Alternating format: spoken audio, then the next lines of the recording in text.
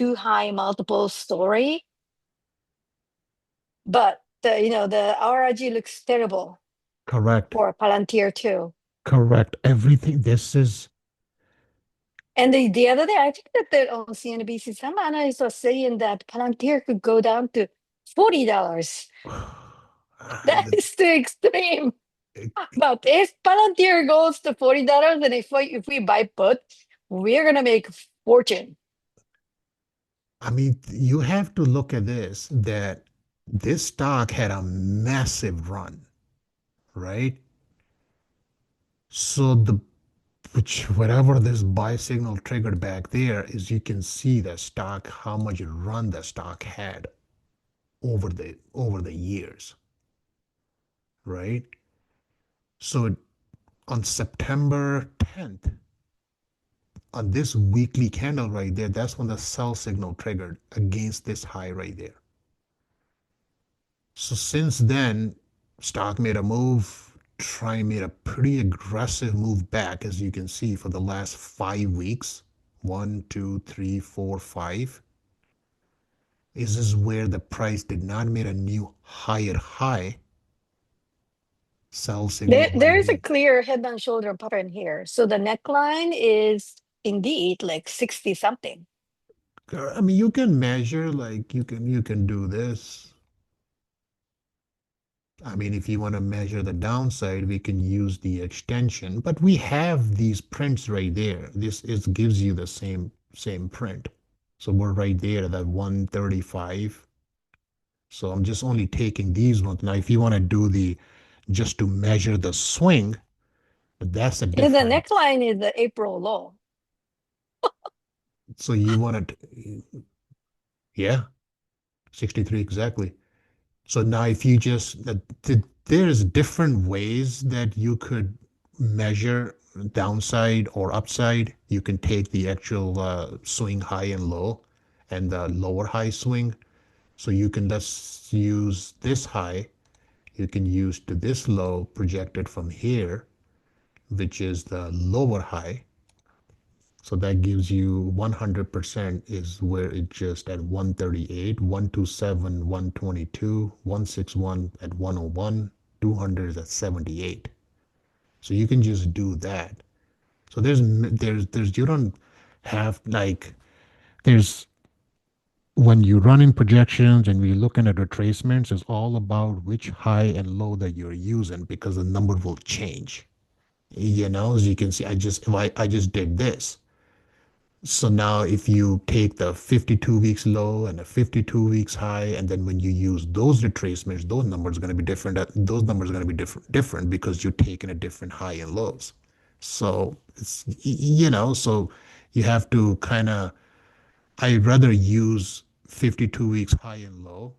It kind of gives you a much kind of better support level, the same fib, instead of like measuring these smaller swings. So you have this larger swing here, that you can take this low to this, that there's many ways that you can build zones, to the upside and to the downside. But here your focus is all between. So you're just trying to measure these, one first leg down, and then you're trying to see like, okay, what will be the second leg down? Yeah, so it just there's many ways to do it. But the point is, are we are you interested in playing just a little small bounce? Fine. I mean, it's not like the bounces cannot happen. Here's the bounce right there. If you look at a smaller time frame, if this low was made here, there was like 5, 6 point move. So these kind of a small kind of scalping trade, they do come into a play. I mean, you can go to a smaller time frame, try to catch a move there, but your overall picture just doesn't look good, you know? Just does not look good at all. And Microsoft right also, there. Mo, you said Yeah. that when the band turns into red from green, I recall some time ago that when that happens, that the turning point, see that, in this Microsoft chart where the green band turn into red, Oh, those are just a that, moving that, average. Yeah. yeah, yeah, I know. You said that, that is that is when there's a big opportunity to make money. No, I mean, this is So a clear definition of a, of a broken so structure. like when Microsoft was like a 487 or something, if we both put, we would have made a lot of money. Yeah, but you have to, but can you time the news? Like on any stock that if you had a position on? No, I'm just purely looking at the chart, and Correct. I'm just recalling what you have told us before. Mhm. I mean, look, I understand like everybody wants to, we as a trader, we all wants to catch a big move. These big moves happens, but the odds and probabilities are not very high. We don't know like how deep the thing is going to sell off and how it's going to rally. Look at this spike right there. Like you just only see one down week. Look at this run. Every every single week it's just the higher highs. How crazy I mean, nobody, it's like the same that can anybody can have a dream about like, hey, the stock is gonna sell off for 14 weeks in a row. It's just the news that hits, it's just the overall sector is just gonna get hit with the with all different from every corner gonna hit with the news and stuff. That is a different thing. Hey, I if if any one of you wants to initiate puts, always free to do so. You know exactly what high we or low we need to defend for this thing to hold. So Mo, I have a basic question. You barely put the put trade in, and then you said that trade your own or for your put options. But we feel more comfortable if you get in on trade because we have a you know wealth of information background which we don't get have an access to. So I wonder why you don't buy puts. On individual stocks, I usually don't unless I'm gonna hedge on the positions that I have. Yeah, but many of us don't have the same positions that you have on your own personal accounts or whatever other Oh, accounts you are managing for clients and so forth. But we also need to protect our portfolio too. I know. Well, you have to And look at. if you are not putting a put options, trade, it's like, oh, maybe not the time to buy put options. So do you understand? I am just asking this because we rely on you and we feel more comfortable when you are in the trade. You occasionally do, the SPX or QQQ put options for a very short term move, but not the, long term, more, longer term, like maybe leaps, like a 6 months out or, something when the big, the drawdown is expected to be coming, like the, for example, like the tariff 2.0 drawdowns that we had in last year.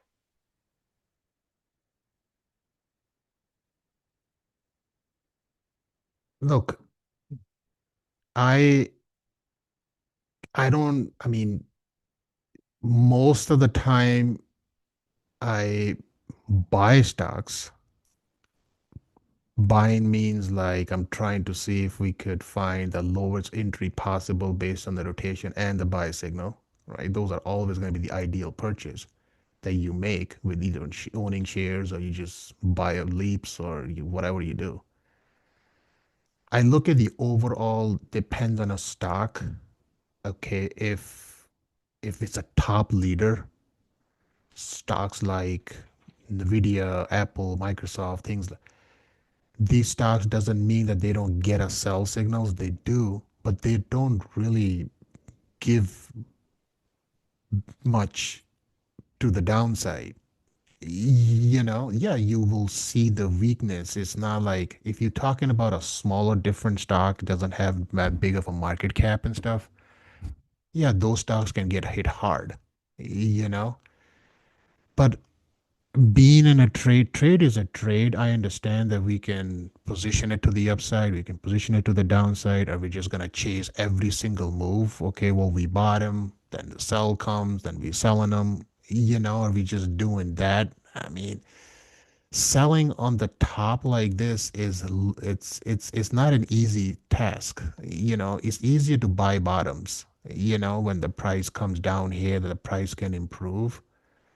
Yeah, It's but do you have a sell signals? Weekly sell signals is as powerful as the weekly buy signal. correct.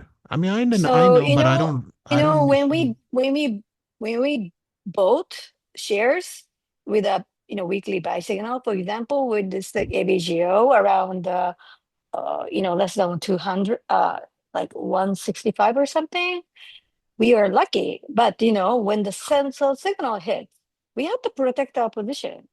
If you wanted to do Either that way, we I sell have a them, way to or do I have a way to do it. Let me hang on. I yeah, have a and day to do that. we need education from you. We need the support from you. That's what I'm saying. So it's like, there are also, when on even when the market is on the downtrend, there's always opportunity because we are option traders. We will be able to buy puts, or we will be a structure, protective, the puts, or protective option structures. You know, it's not just buying shares and buying calls are not the trade. Buying puts, selling shares that we have, those are the trades too. Well, if you want to play both, okay, what this is what we can do, right? All I have to do is just flip everything. So instead of looking up, you're looking down. So I'm going to show you side by side comparison how the process, if you're looking for, let's do this. So we're going to find stocks. They are weakening now, and then we'll confirm that with the sell signal. Okay. So if you want, so if you want to ride these stocks to the downside, say like I want to buy a bunch of puts on five different names instead of five different buys, well, we can do that as well. So you're going to have a very mixed portfolio. Keep that thing in mind. Because if you have to do this, you have to do it in two separate accounts. You can't run buys and sell both under one single account. You can protect your longs against the hedge that you have that I've showed you how I do it. You buy a call credit spread if you have a long shares, correct? So you're trying to hold your position that you have, which is you bottom way down.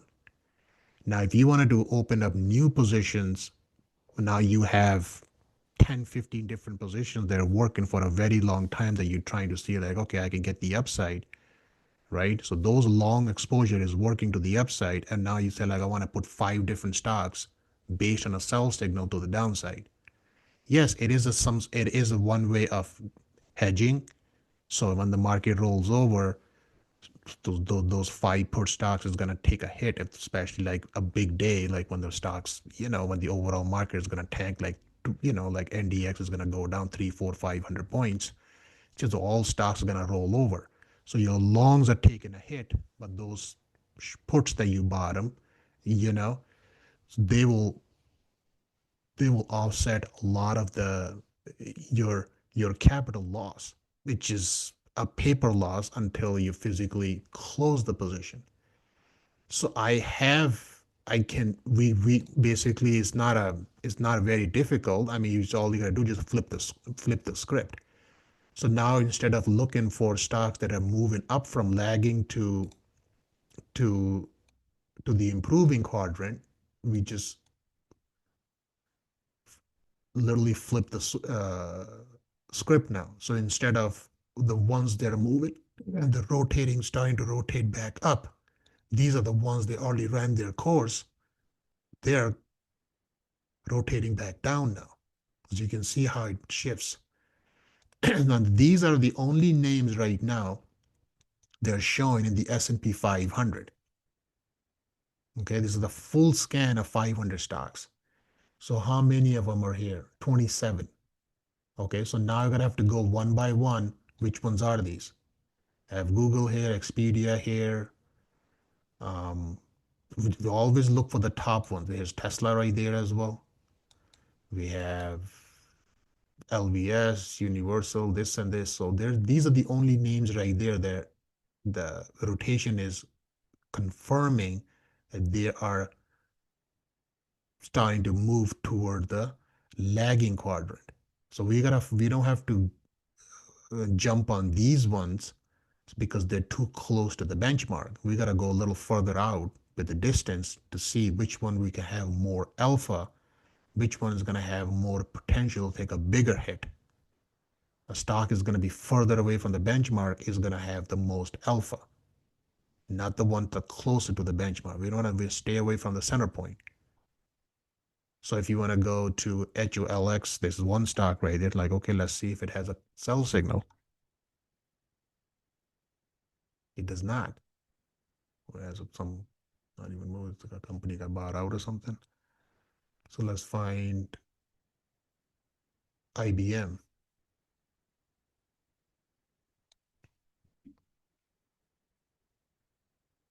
It hasn't confirmed yet.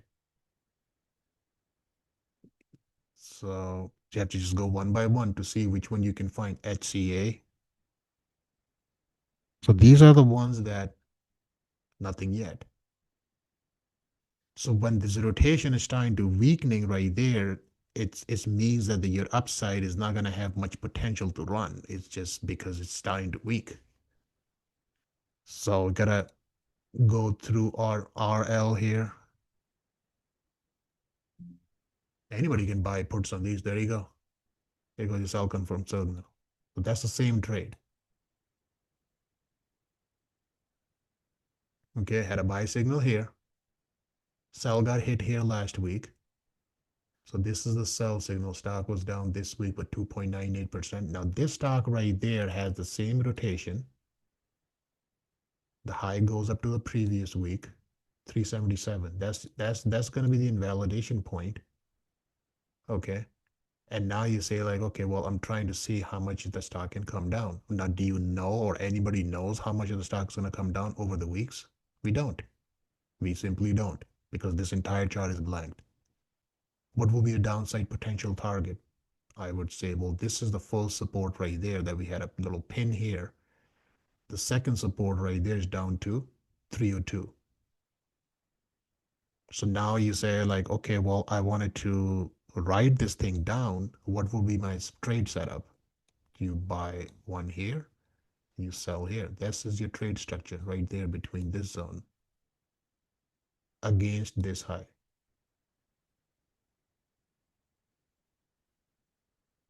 So all we're doing right now is that the you just flip the script. Okay. So we're looking for stocks that are moving up that we're gonna buy. These are the ones they're gonna eventually gonna get a sell signal soon in in the coming weeks. Some will have, some don't have it yet, but they will eventually gonna get one.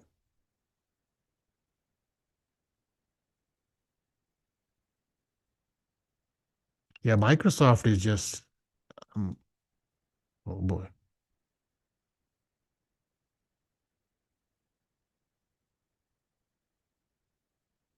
The Microsoft trade that I put yesterday, okay, is it has a I'm just doing this. We can close that thing anytime. Oops. This one. All I'm trying to do yesterday, I'm trying to do yesterday because this is a very strong stock. It's too late to chase puts here, buddy. You could just miss the entire move. You don't enter trades weeks later. You get in the next week when the signal triggers. I want to catch an early entry. I don't want to catch a trade which has already run 5, 6 weeks.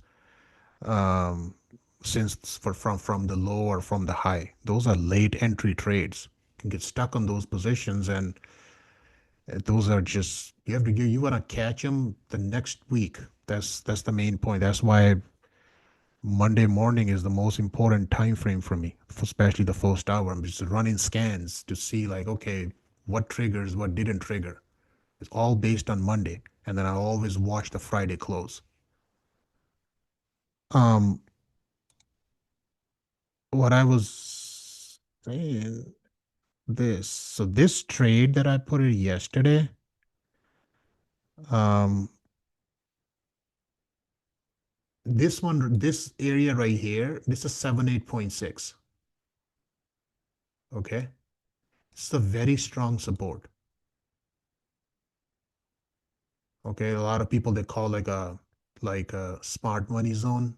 You know, there's a lot of buyers steps here to defend this low to 78.6.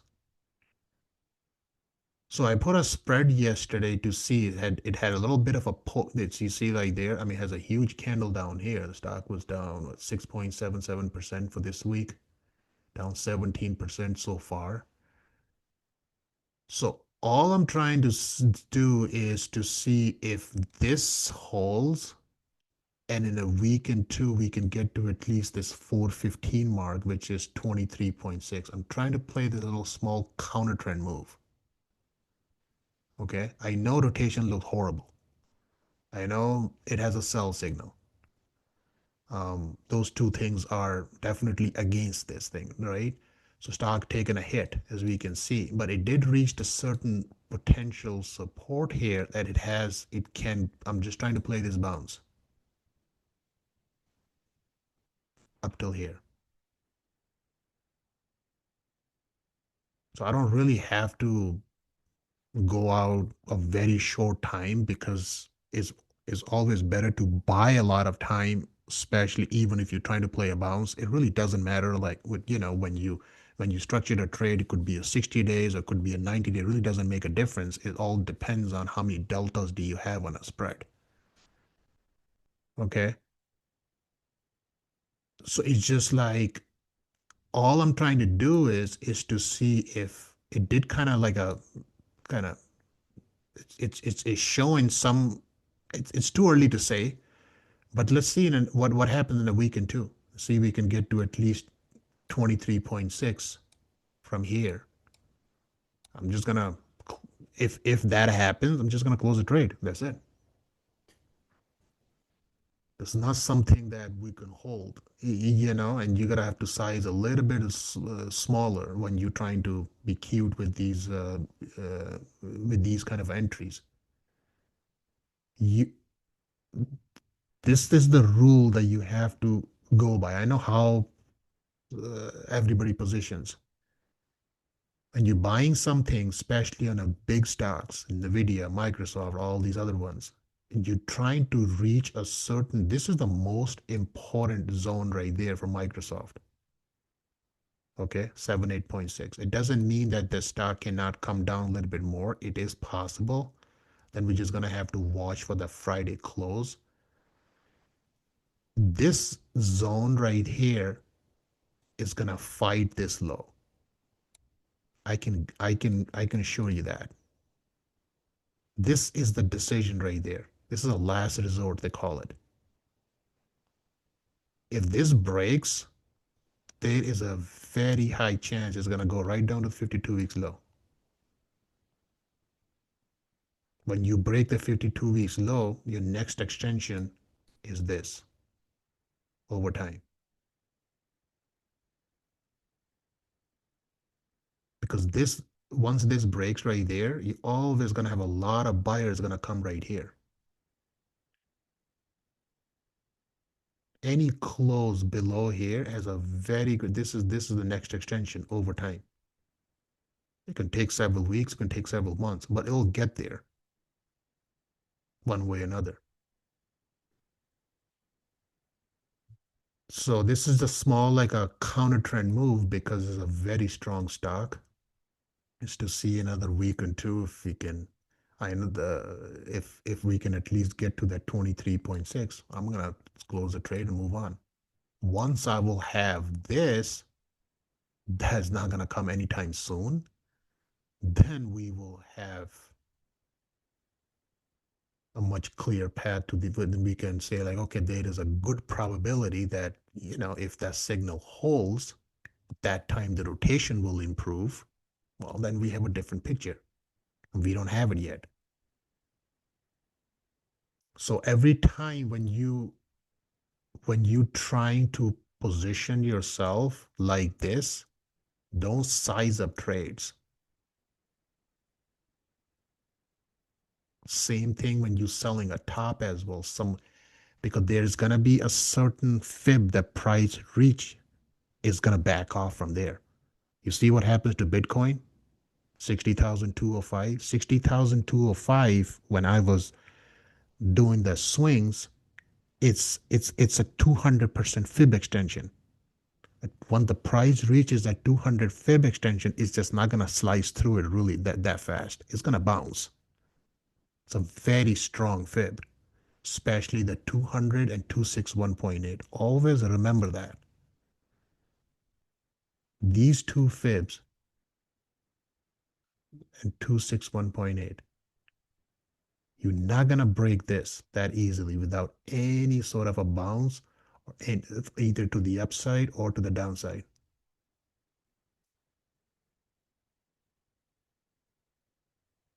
You know, so the Bitcoin 60,205 is the exact 200% fib. That's where the Bitcoin popped yesterday. So the 7-8%. It's gonna give you that bounce. Bitcoin works really good with fibs. A lot of people don't know that. It works amazing if you know which swing high and low you have to take. So you just, I mean, if you, look, we all have opinions. We're all humans. We all have feelings. We all we always uh, have to say something about, oh, the top is in, bottom is in, okay, we should go long, we should sell. There's always going to be a talk. This is the way the market is decide. Like, you have buyers, you have sellers. You know, I mean, you guys all know me. I don't really give out specific targets. I just watch the screen. I want to see what is in front of me. If you look at the picture to see like, okay, how much the price progress, like how much it goes. I mean, we have extension tools that we can use. Nobody knows these things. They're very easy to say. Once you have money tied into a trade, you're always like, oh, is it gonna go up? 2 days is up, 3 days is down. Look at the the stock tree, how it reversed. It happens. I know it pisses you off at the same time. It's like, what the heck happened? Nice pop and just reverse right on you. 2 weeks, 3 weeks later. It's just like when the market is moving, it just, which, you have everybody has emotions, kicks in all the time. And, some positions takes time. Some just moves right from the gate. I mean, it's not like we never had positions like that we took that just moves right away. Some just punishes you for a long time and then it just reverses right back on you. We just don't know. We just don't know. Nobody's gonna, nobody knows that. All we're trying to do is we have a system that based on two criteria. We have rotation and we have a signal. When those two match, I open a position.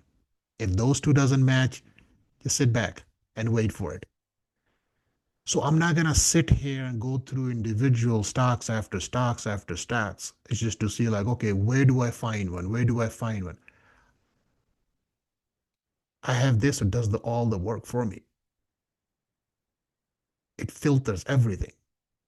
I can go sector to sector. I don't have to go to sector. Once I'm gonna run S&P 500, it's gonna scan 500 stocks in a matter of like less than 5 seconds. I can't sit here over the weekends after hours to just to keep clicking on the watch list, go after another to see like, okay, where the signal is. You know? I mean, we're trying to save time. It's just like, okay, I mean, we need to find which one we can buy and which one we can ride back to the upside.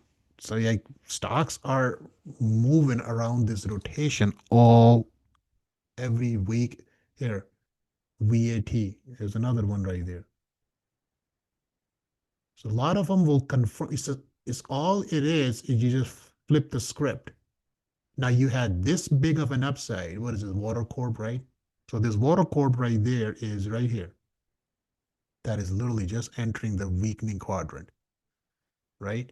So here's a stock. Here's the actual price. Here's a confirmed sell signal against this high right there, which is 401. Stock right now is at 381. So 381 to 401 is what? 19-point risk, correct? So Monday opens, you jump into this trade, say like, okay, now I wanted to write this thing down to the downside. Now I can see the rotation is weakening. It has a sell signal, same thing as a buy, right? Now I write. So you can do this. So in this case right there, what does it look like to me? I mean, you have to look at the overall picture as well. This is a clear wave one. This is some sort of wave four. So now this one doesn't mean that this one just entering here doesn't mean the stock cannot just rip right back up. Of course it can. If there's a lot of time the stock is starting to point toward the weakening quadrant and the stock can just rips right back up. We just don't know that. You know, we absolutely don't.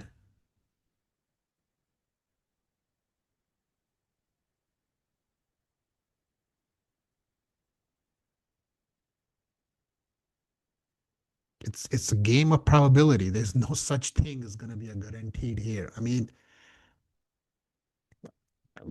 trading to me, I mean, I've been doing this thing for a very long time. Is reaching almost close to 2 decades now, basically. In the next 2 years, it'll be almost 20 years. For me trading, you can imagine how many cycles and like swings and trades that I have done over the years. That's a long time. I'm tired, exhausted, just every day waking up, do the same thing over and over again. It just, instead of doing all the manual work that I've done over the years, it just literally automate everything. It's like, you know what, I'm just done with this, all this charting, like just scripted everything and just like turn into this. Saves time and same technical, same model, but it just works it works exactly the same way. If I would have to sit here and say like, well, I want to make a wave count on this, I can just I can just literally count like this as your wave count. So it has to be an emotive wave on a software that I have to put this 1, 2, 3, 4. I can put a 1, 2, 3, 4 by hand here as well. It's the same thing. It just really doesn't. It doesn't mean that, well, you gotta trade. Signals are more mechanical, like, a structure here. Then you have GAN swings, then you have the cycles to see where you are. There's so many things. And the bottom line is that we really don't have to mix too many things. I do it for my purpose is because I'm kind of crazy because I get bored, you know. I don't do much Elliott wave, as you guys all know that, because I've done enough. I just don't, it's just too boring for me. Let's put it this way. Okay. Because I just put Elliott over the years to that level that there is nothing for me to learn. I've traded every single wave, okay, from the currency market to a stock market. There's nothing there for me to learn. I've read every single book out there of Elliott wave. I've done thousands and thousands of wave counts over the years. It's not like, I've paid a lot of money over the years. It's not like I hate Elliott wave. I do respect, I love Elliott wave. I still do it. But I don't do as much as I used to. I used to have 100%, I was fully relied on Elliott wave. All the trades, I didn't know that time any other way to trade. Then I got myself into again swing trading, because I was like, okay, I'm gonna learn something new. So it's more swings, very familiar look into, to an Elliott wave. So that made it really easy. Then I start looking into GAN. I was like, this is like literally like almost a piece of cake for me. Basically, it was so easy. I don't have to label anything. It's the same sequence. But the sequence on GAN just keeps on keep on going as long as the stock is keep making higher highs and higher lows. Elliott it just kind of stops you. So like, okay, five completed waves, and now you expect for the three-wave correction, makes one higher degree, another five waves up makes another one higher degree. So you keep applying those degrees one after another.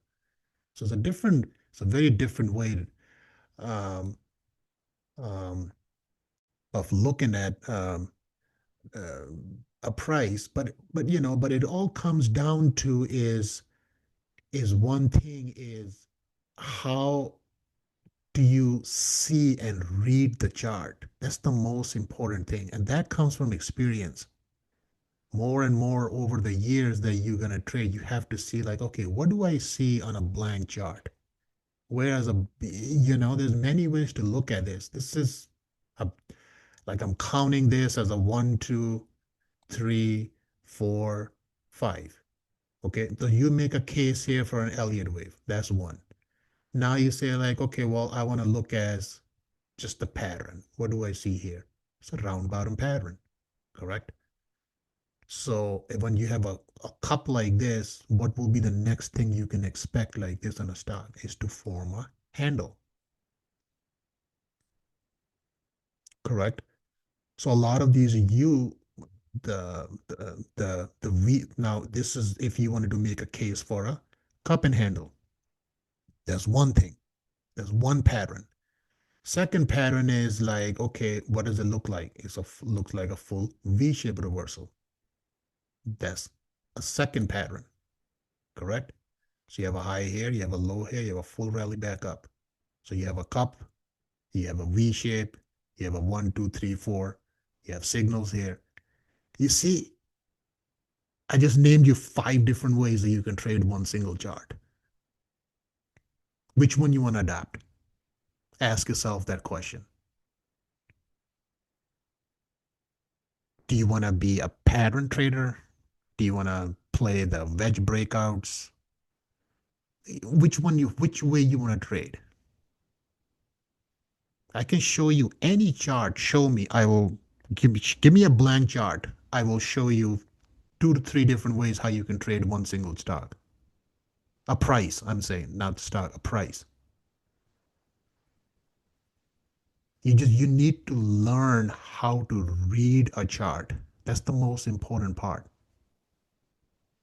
Because everybody's focus on this is to catch these kind of a moves, these big huge pops.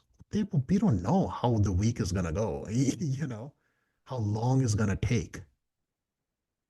Look, this week came here, you got one, two, three, four, five. There's 5 weeks right there. There goes your 1 month and 1 week.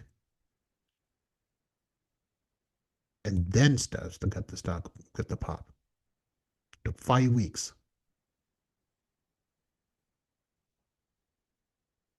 Now you have to ask yourself one question. Can I just sit patient for the next 5 weeks?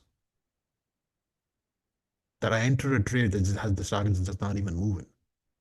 You see, we don't know that. Like how long it's gonna take for stock to move.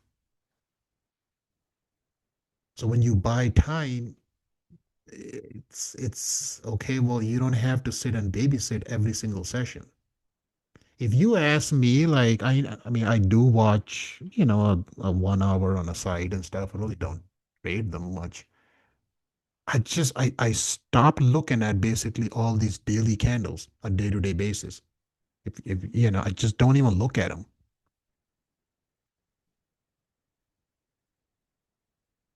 Weekly is the most important time frame. I think daily time frame is a complete wastage of time to trade on it.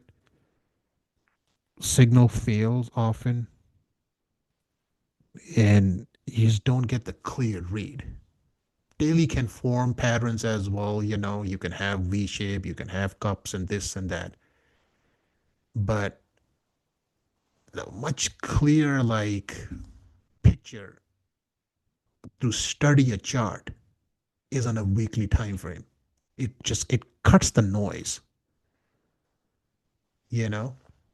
It's not like the weekly candle cannot have pins and pin bars and like but it absorbed a lot of price because one little candle, whichever size the high and low is, it has 5 trading days in there.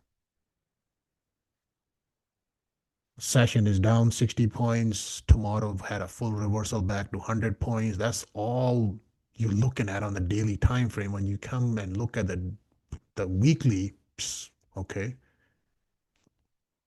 take a look here on S&P. There you go. Crazy week, right? Look at the weekly candle.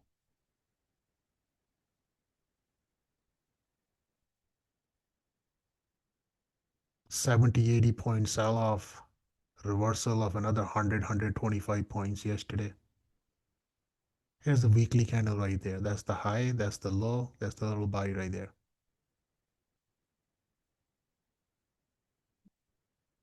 These long, long wicks that you see in here every week, especially from here,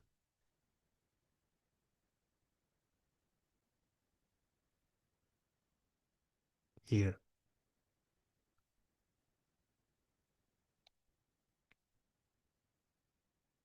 There's a lot of buyers and sellers are fighting this week after week.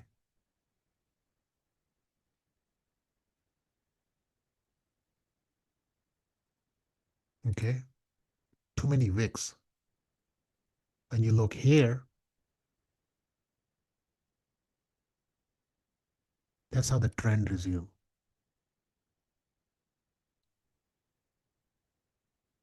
Yeah, you do get a bit of a fight here, but look at the side bodies of these candles.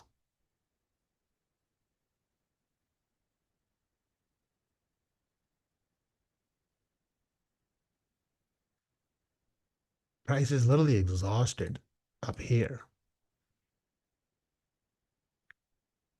Right now, what this market is doing, this is 3 months from here to here. This is exactly 3 months so far.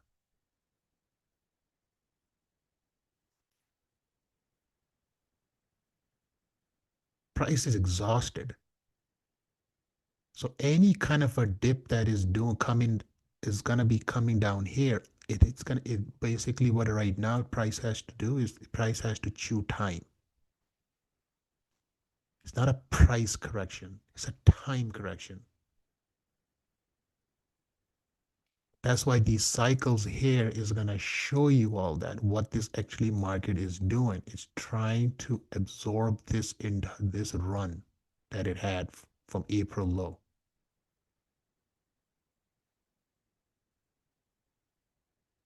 The market, if S&P comes up and makes another new high, it's going to back right off right away. That's what's happening right there. Look at these all these highs here that it made. NDX has not even made a single high.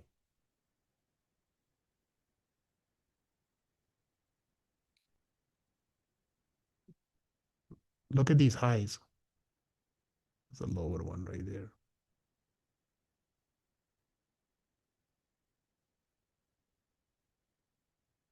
Yeah, this thing is, it shows right there on this. Oops, let me cancel this.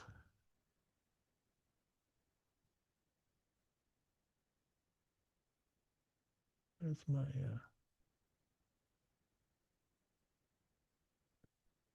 here? This is the S&P daily, weekly.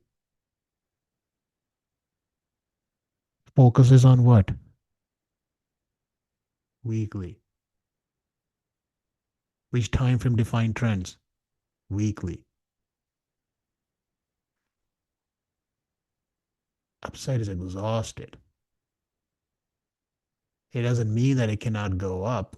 You know, once S&P will break this mid band right there, it's going to open up. It's going to have a huge spike in volatility. It's defending it really good. This week right there, see? Pops right back up. The 67.94 is the mid band. This is the mid right there of the cycle where the price is right now. It just stays there. It's a rising band, okay? But it's two different time frame.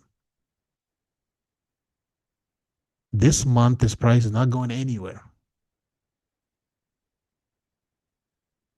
That's all it's doing. So as I said yesterday, is this right there is happening right now. This is gonna roll over on one more time. That's where the price is gonna react. It's already projecting right there. Another rollover. This. Another day or two sessions here on a daily, not gonna affect anything here in a weekly time frame. And it just snaps right back up. Daily is ugly. It's just this is what we're dealing with right now. It's range bound market. So anybody who's out there is focused on this. They don't look at this. This is the most important chart.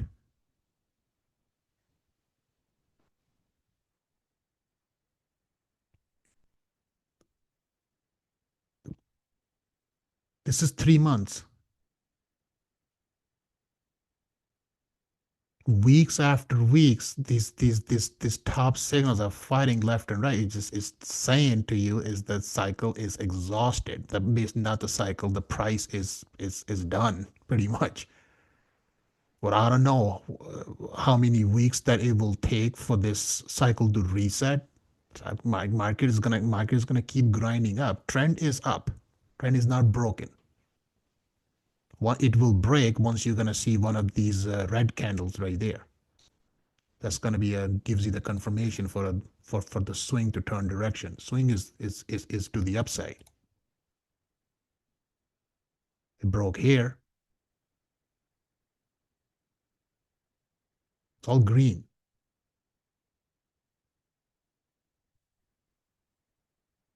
You have to wait for one of these.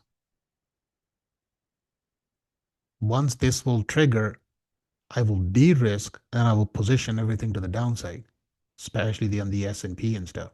But I'm just not gonna sit here. Well, I tried I bought puts on Monday. I was like, okay, here comes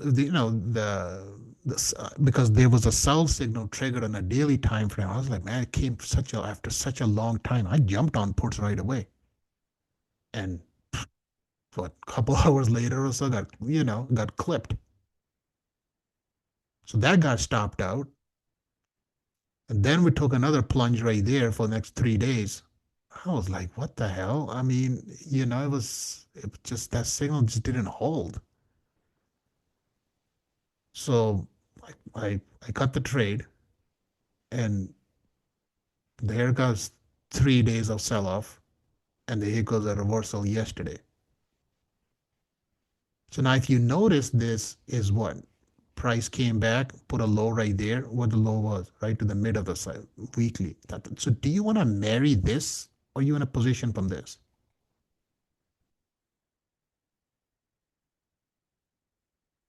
Gotta, you guys need to just stop looking every chart. Just focus on a weekly time frame, and you will see how much your trading will improve over time.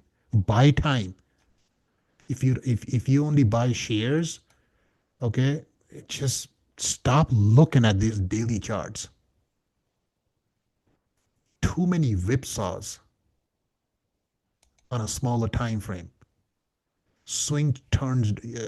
So right now is this. Okay, look at this. So daily swing is down because of this red candle right there. Weekly is up. Here is your biggest confusion. Which now what do you want to trade?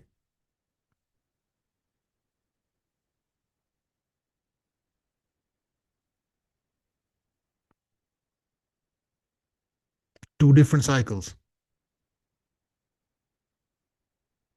different cycle top. I mean, it's close. It's not as far. This one is 7,020. That's the top. Doesn't mean that this is. I mean, consider as a potential target. That doesn't mean the price cannot go up. This one is 7,062. But if you look at this, it's easier to say like, okay, well, the structure is good. It's not broken. Swing is up. Can I look for this at least cycle top at 7,062? Okay, yeah, I can make the case like, okay, the swing is up. The price has the potential that it can reach to that point. Can it go higher? Yeah, it can overshoot. It does it here. It did it here, back here, but it backs off. The point is like you don't get too many whipsaws on this time frame. You stay in a trade long. But here goes two down session and people just like literally liquidated. One guy is fighting a 4 hour chart, mark the high and low. Here's the liquidity, and this is this. It's my entry point. He's fighting the 4 hour time frame. Then he take the 4 hour high and low and brings him into a 5 minute time frame, and then he trades from a 5 minute time. That's day trading. There's what there's some people out there who does it every single day. Instead of taking a 4 hour chart, take a 195 minute chart. It's gonna give you a much. It's gonna give you This is much better. 4 hours of worst candle, anyways. So, Cuts it, Mo, cuts it I have through a the half question. session. I have a question. When all those golden arrows appear, when the stock is, grinding up along the crest of a harsh cycle, what Mm. happens next? Your upside is gonna be limited. Okay, it's due for a reset back to the mid. That's what that means. That doesn't mean you have to understand one thing. Stocks are more volatile. Indexes work the best with the cycles. Okay, we're gonna go through them one by one. I actually made this screen yesterday just for our session that we will know exactly which index is an ETF is doing what right now on the cycle. Your eye should be here, not here. Okay, let's go to NDX. Here's NDX. So what happened this week? Here's a daily mess, right? And here's a weekly. See that spike right there? This is important. Okay, what happens is like when you look at the projected path here, the magenta line right there, as you can see, is going further out on time, but is not rolling over yet. The cycle will reset eventually. Okay, but the cycle will reset is all based on a structure. When the structure breaks, cycle will move with the price then. There's a lot of whipsaws, choppy back and forth. So we're dealing with a tech rotation right now. We know that growth right now is pushing toward the lagging quadrant. We know from the last 3 months, okay, we have a double top right there that the market is literally sideways. Okay, so what the tech is doing right now is I've been showing you this thing and writing about this thing every day on Slack as well. The market has made a move up. It's just chewing time now because of after this run. So this 3 months of trading is very frustrating for a lot of traders. I get that. Everybody's portfolio moving up and down. Like yesterday, everybody's got a big of a huge pop. All the shares, everybody's taking a big of a breather. Like, oh God, thank God, everything just kind of Monday or Tuesday, there goes another flush down. Boom, that's it. It's been happening like this on the last 3 months. It's back and forth whipsaws.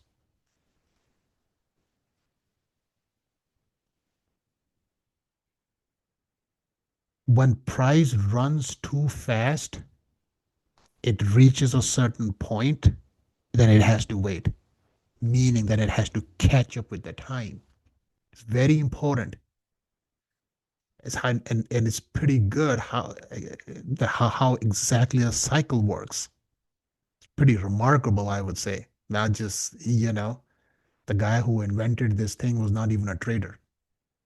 This just throws me off. Like every time I even think about that guy.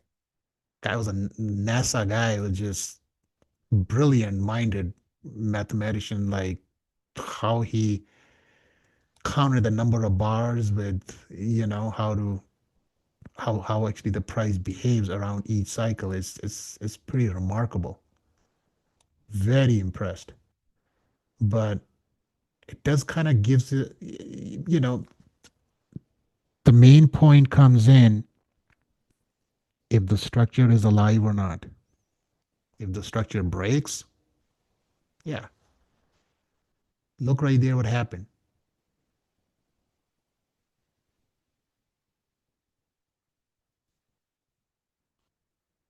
The swing turned down, but it's not really given back much.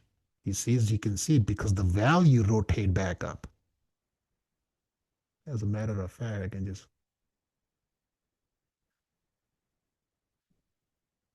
do it this way, then you will know what mess are you trading. It's the same thing I just showed you on the S&P. Here,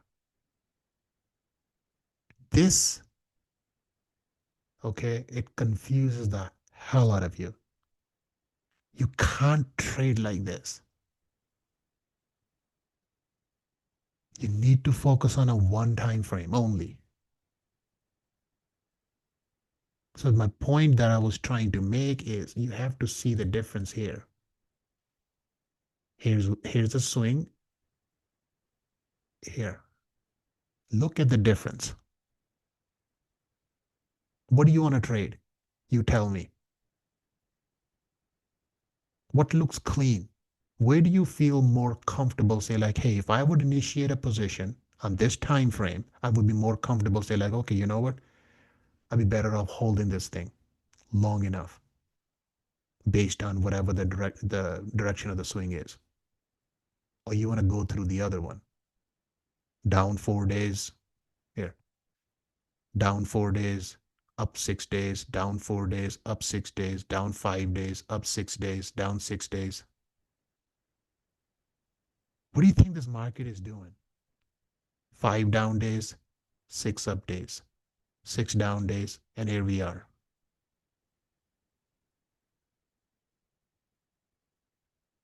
Can somebody can explain me or tell me this thing? This is what you call a trend.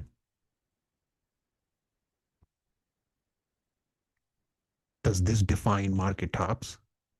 This is a range bound market on a daily time frame from day to day basis.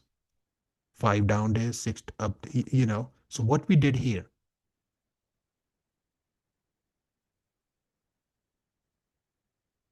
here, just back and forth. So what do you think is going to happen to our positions? The positive, negative, positive, negative. What hurts the most here? Premium. Volatility spikes. And then as soon as this rally comes in, cools off. we're in a very tight kind of, like, not, I would say tight. We have a pretty kind of like a over 200 point range, that we're in a back and forth range for a long time now.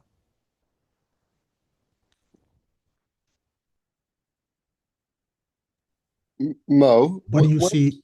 Mo, Hang on. Yeah. when this range does break, though, you typically get a trend move, The correct? range When it does, whenever that is. is going to happen here. I don't care about this. Yes, on the weekly. On the Correct. weekly, you will get a multi-week out breakout eventually. Correct. Yeah. So you just got to be patient. The structure will break when the swing flips. Then it's going to have a very high probability for this number.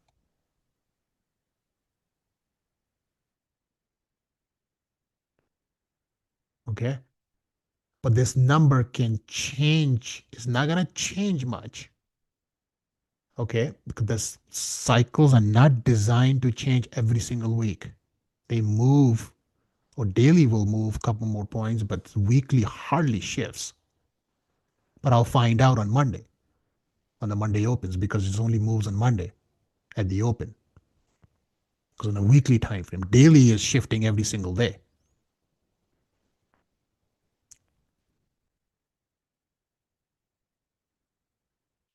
Market right now, S&P right now, it defends that. I wrote everything down on Slack. If you go to the education, it tells you exactly what the mid is for on the top crest and the bottom trough of the cycle, where the price is at. When the price hits the crest to the top, where does the price mean revert back to what point? So technically right now, based on what your trading range is from 6,800 to 7,000. Okay. This is the trading range from the last 3 months.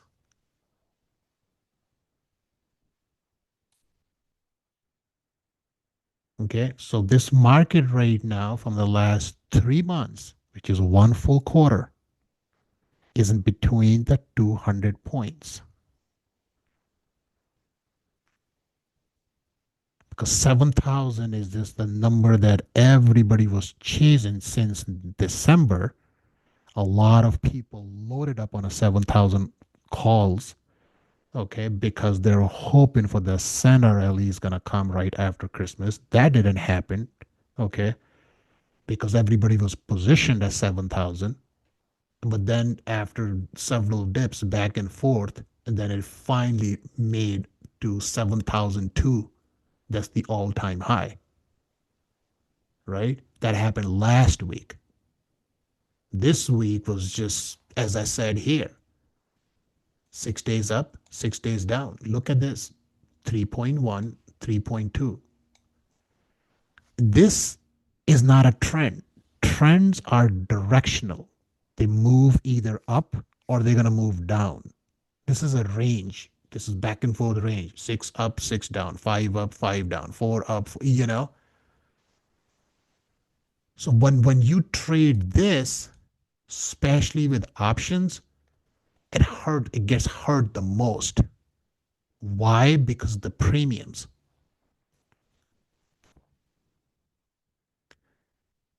Premiums that you buying, like weekly premiums. I don't know if people who knows.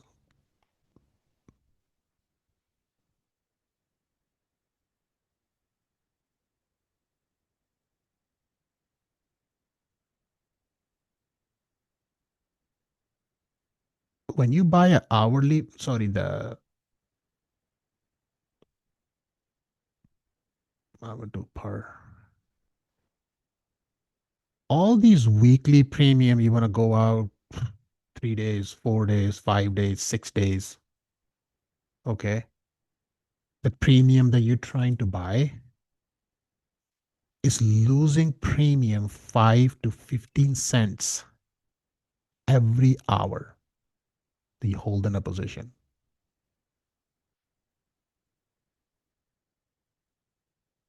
Keep that thing in mind. The position stays up, sits flat, down, whatever the case is. This is how much you lose per premium per every hour on the weekly.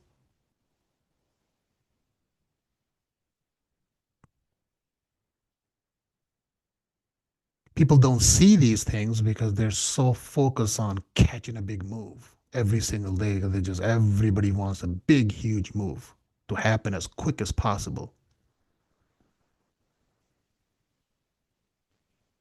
You just premiums are you just like options. These premiums, you just rent. It's a rent. So, anyways, it's a different debate, different class. But here we are on this. So we looked at this. Okay, where are we at? 6 days up, 6 days down, 4.9% range, 6.5% range. So we made a new low right there, as you can see from this swing low, right? This time frame right there, we're fighting this 25-ish mid right there. Got a little slight close yesterday. Nasdaq wasn't that strong yesterday, as much as you can see right there. How much if you take this swing high and low?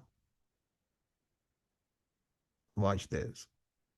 So NDX only made it to 38.2% retracement,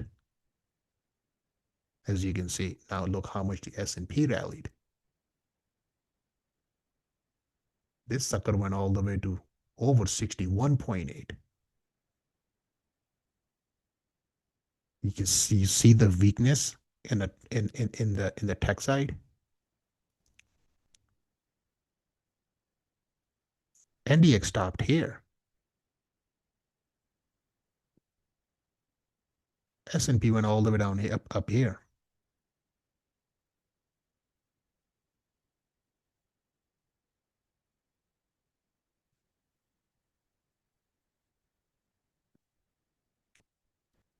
Look at Russell.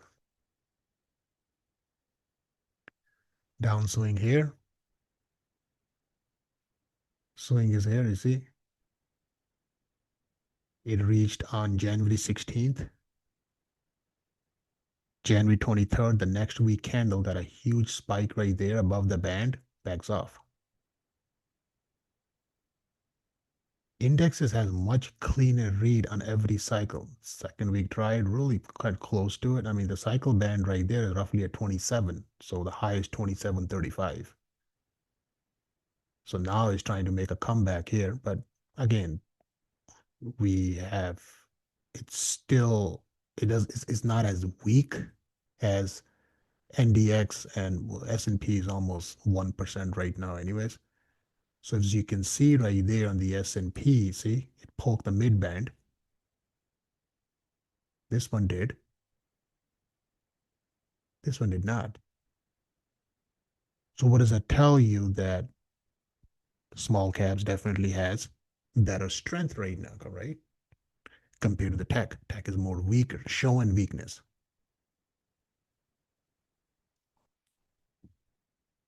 It comes the Papa Dow. Hit the upper band yesterday at 50,115. Yesterday high was 50,169. Getting exhausted as trying to show signs now. That doesn't mean that it's going to be a rollover like this, right? Look at the mid here. Hasn't even tested mid since December. Like, no, since November 28.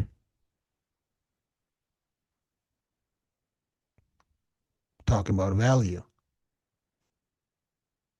It's a little weird shift going on in the market, you know, is they they want to punish tech over this AI, and and and that's what everybody was getting themselves out, saying like, yeah, let's chase value stocks. Well, that's where the rotation is. What is we just looked at them. Growth is pushing toward the lagging quadrant, and value is going toward the leading quadrant. So it's two opposite. So everybody chasing that, right?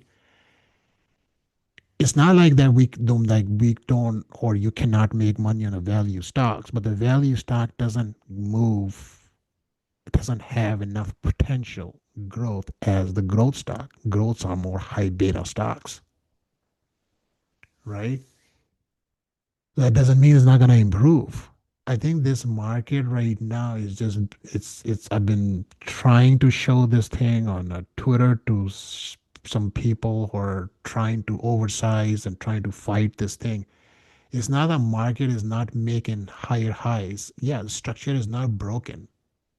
It will eventually break at some point. Okay, it's not going to stay up like this forever.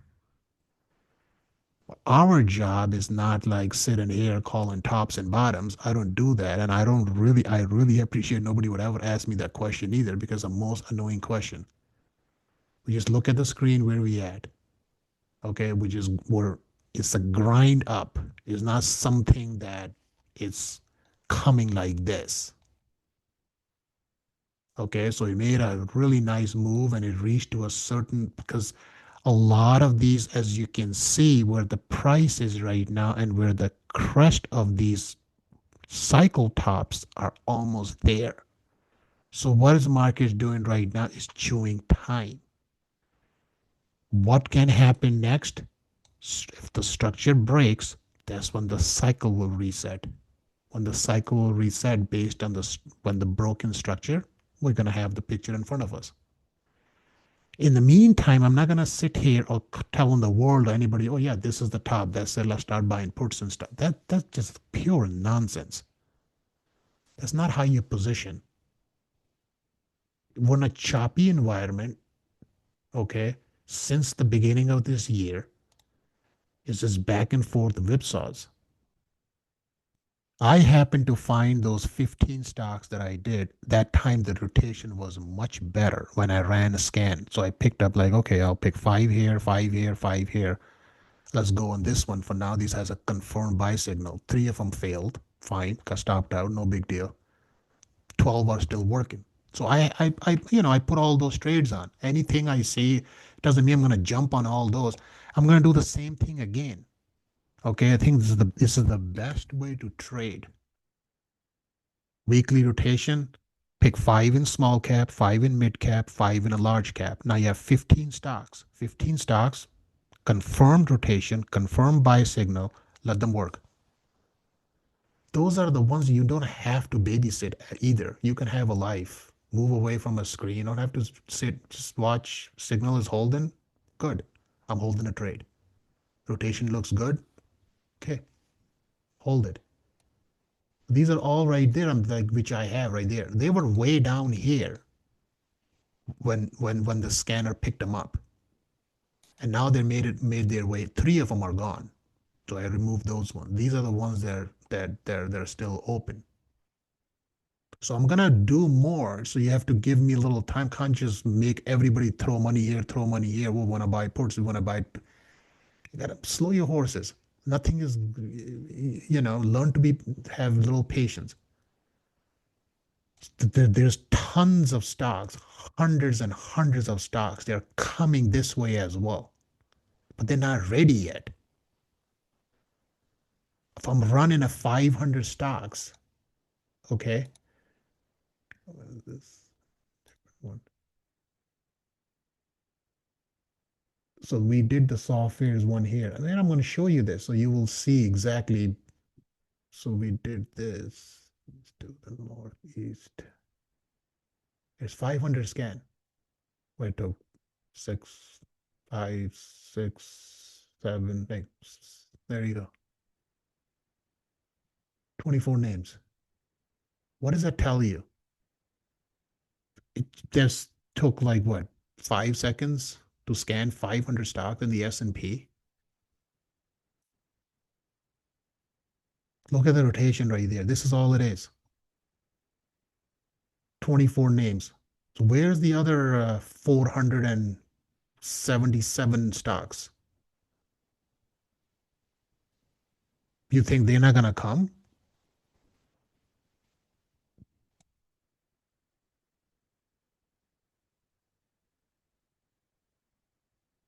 These are the only names. Do you see any leaders here? Especially NVIDIA just popped up lately.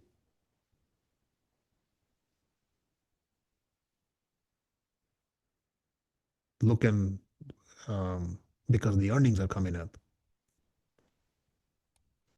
Do you see any top leaders here say like, hey, you know what, this is one of the top name on the on the sector that could like literally that could push the sector up? Well, not right now. Gonna make the payment on the 15th.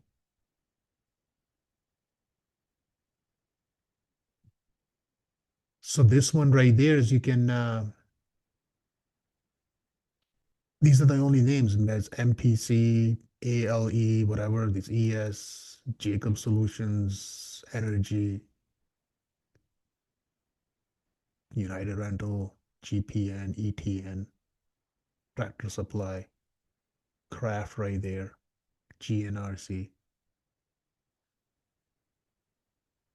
So these are the only potential some of these names right there. They're ready to move. Some of them are already moving.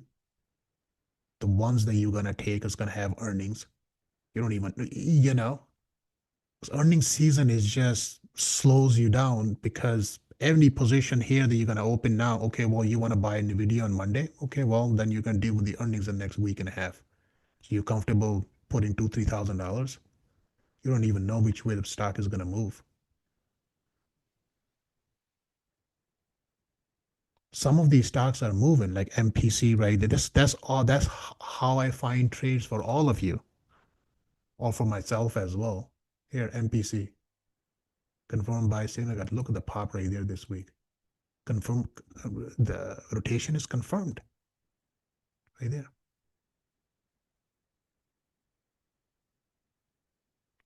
You just have to match this. Rotation first, signal second. It will confirm the strength. That's how I designed this thing. It's gonna work together.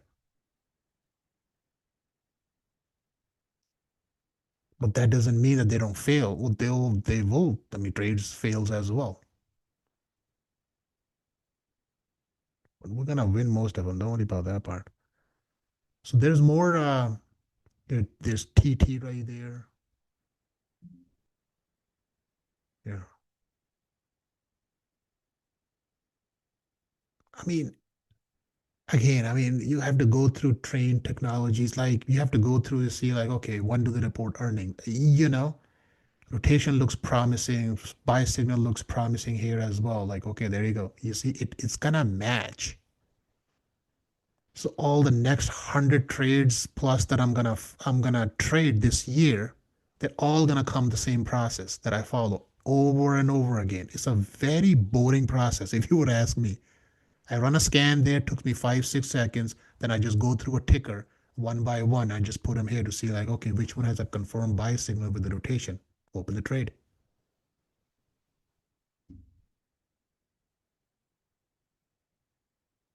So these all the other ones that I've that in they are all in the weekly time frame right now. These ones,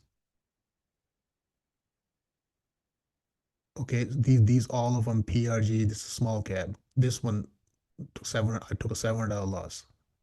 ASO, MSA. So these are all mid cap.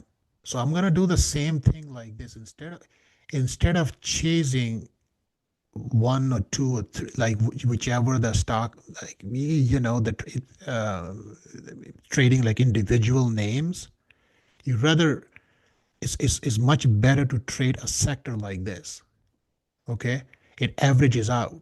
Not every position is gonna outperform, but some will run. That's what you need to catch. And the ones that will run is gonna offset the other ones, and you're gonna see the difference right there.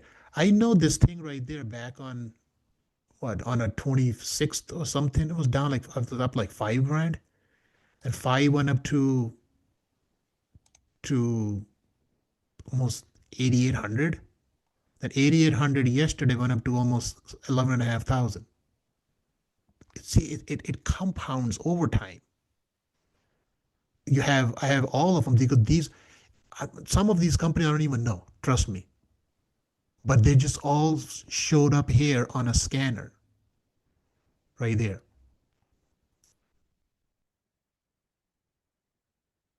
These are all the small cap. This one, PRG, TWIC, they all showed up here on a scanner. Confirm buy signal, rotation, just open one by one. And I run the ASO. It's, this one is moving like crazy. MSA was 159.78. Look at that. 159.78. There you go. As long as it's the same process. It's not like I'm gonna change anything to next week or so. They're gonna they, you gotta have to decide like, okay, should I mean, I'm more comfortable buying shares, to be honest, if you ask me, because I don't have to sit and fight time and just let this thing work week after like this. Like, okay, here I look how the trade worked, right? This one kind of went sideways, got a big, huge pop, and got another huge pop. Look at the last 2 weeks. Got a setback, right? What did I like? What panicked? Should I close it? Should I book profit? Should I just like, okay, get out? Look at this pop rate. I don't know how far the stock is gonna go. That's just not the point. That's not I am looking for. Yeah, I do. Well, should I? What are my upside potential targets? 197, 216, 237. I can open as much upside you want to see on a chart. But the question comes in the end is all blank. You can't predict anything. The price can reach here, can backs off right there. Anything can happen.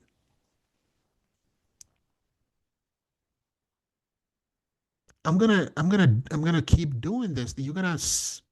I'm gonna post a lot of trades. I'm just kind of be a little patient with these earnings because I personally never feel comfortable opening a large, like, a full size position, and then I will know, like, oh, well, I have to suffer earnings in the next week or week and a half. That's just a little dangerous way to trade. Like, you're just too desperate, and you think like you're gonna get lucky, or it just earnings. You know how it is. You have to play 10 of them just to get lucky on one.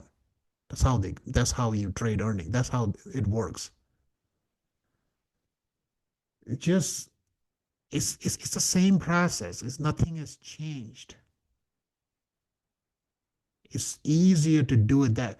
So my focus is not like I want to buy this, I want to buy that because this one popped like 20 points. Like why don't I have a trade open and some news broke and that.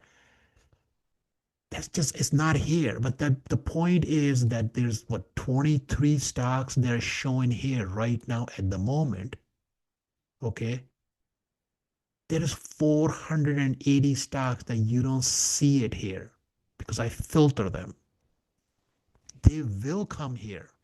Mark my words, they will. And I'm gonna buy like all of them is gonna have the confirmed buy signal the way these ones are, or the ones that are working. Well, I'm not gonna keep posting tra- uh, uh, full description there with everything. You think like, well, I just want to take. I'm just gonna take one of these. Well, I don't want this one. I will just only trade. If you're gonna sit and cherry pick these ones, well, that's a tough call. Okay, you trade all of them. Take them all. I do 5 of 5. If you want to do 3-3, I can do a 3-3 badge. You can do that way. It doesn't. I don't know how you want to do it. I like 5. Okay, it balances out really well. 5 mid, 5 week. That on so you have all three of them: small caps, mid cap, large cap. So you have 15 stocks, 15 positions are working the same time. Yeah, two, three, four is going to get clipped, but some of them is going to run. But you just it averages out. I'm writing everything here. This one right there got clipped. OTI, yeah, this one you see it took a dip right there, and this one got clipped right there on earnings. If you ask me, it was a confirmed rotation, confirmed buy signal. I opened the position and took out 86.22 low. Boom, that's it. Signal's gone. Now I have to wait for a new one. I was like, okay, screw it, just I'm out. I manage a huge portfolio for people. And for them, I buy 1,000, 1,500 shares because it's a very large account. So for me, buying 1,000, 1,500 shares is nothing. You know. So their losses, if something would depends what my entry is, well, their losses are like 15, 20 grand as well. If the signal is gonna get stopped out. So I keep them around like 15 to 20. Try to catch that entry as quick as possible.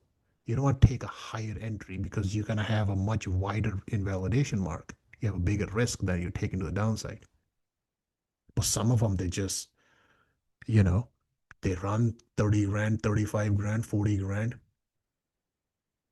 You're catching you have 1,000 shares, you catch a 30-point move. That's $30,000. Think about it. But you're taking 1,000 shares. Don't look at the 30 grand. I know it looks beautiful, but look at the risk.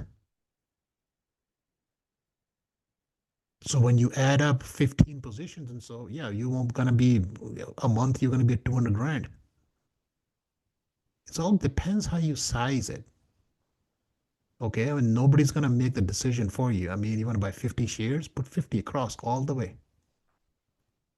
But you're not risking the full capital anyways.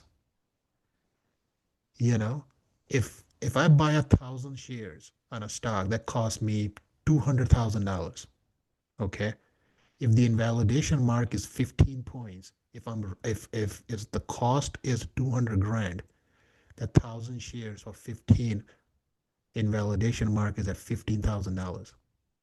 If it gets stopped out, you take a hit of 15 grand. So that left you with what? 185,000. But you have multiple positions though. If you get stopped out on two, three, four of them, well, you got other ones that are running. That will offset everything. So in the end, well, you have positive. So if Monday morning market opens, so like, hey, I want to free up capital, I can just literally close every single one of these positions, take the money, sit back. That's it. That's it. If you got stopped out, you made it. You made this much money. Okay, now wait for them to free up all the capital, and wait for the next badge.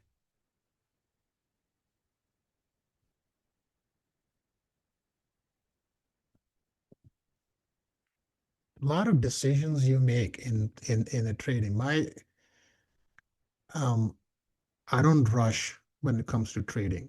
I'm not desperate to see like, oh, I'm missing out on a move, or oh, I wish I had this sector. I wish I had that. I mean, I wish I had all 4,000 stocks on a portfolio as well. But we cannot do that, right?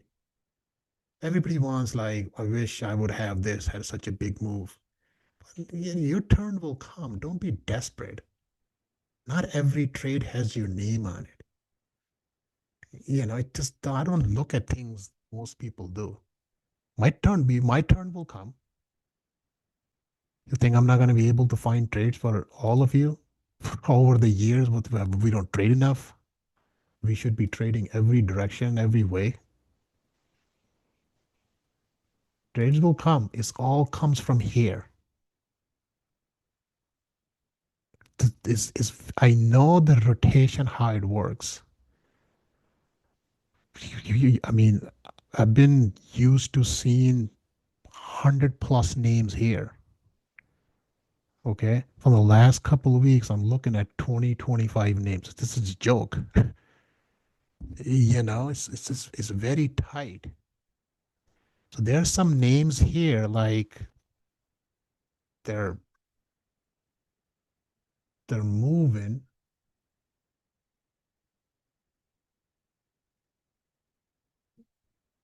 Yeah, J here doesn't have anything yet. Um, I have there's an ETN here. Oops. Yeah. You need this, you see? Rotation confirms, signal confirms, signal structure builds, gives you the confirmation, you write this thing up. All year, I'm gonna do, I'm gonna be keep doing this all year. How many of them is gonna punish me? Well, we're gonna find out. And how many of them is gonna go? We think that this Boeing, right? Will be we wrote this thing up, didn't we? It was the same thing. Boeing was here, pops up on a scanner, signal confirmed. I jumped on him right away. I closed those leads. I still have shares. They're working, so I'm gonna let those shares work. Those leads paid over $5,000 last month.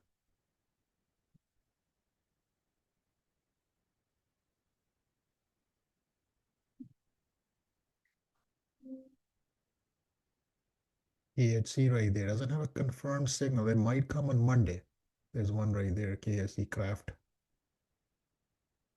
So the ones that doesn't have it, but the rotation is confirming, it takes time, you know. And then which I just have to wait for them because I'm watching this and signal then confirms. Just that's it. Open the trade. It's not gonna shift that quick because this is a weekly time frame. It's a weekly time frame signal, weekly time frame rotation. These are the two just has to match side by side. It's very easy to say you have no idea, okay?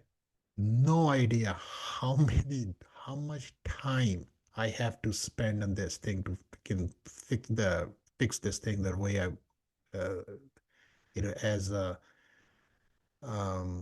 it's supposed to work.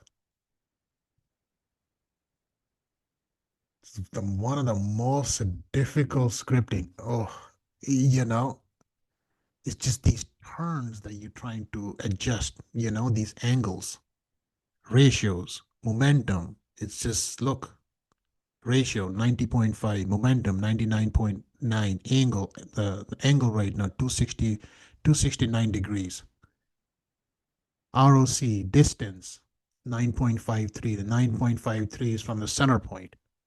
Yeah, sit and do all the scripting right there with these ratios. Look at the velocity, 2.83, heading toward 30.21. The quadrant is a second. Quadrant is easy, 0, 1, 2, 3. Sit and put all these ratios on a script and run them over and over again to see where you want to shift this thing. You cannot do that.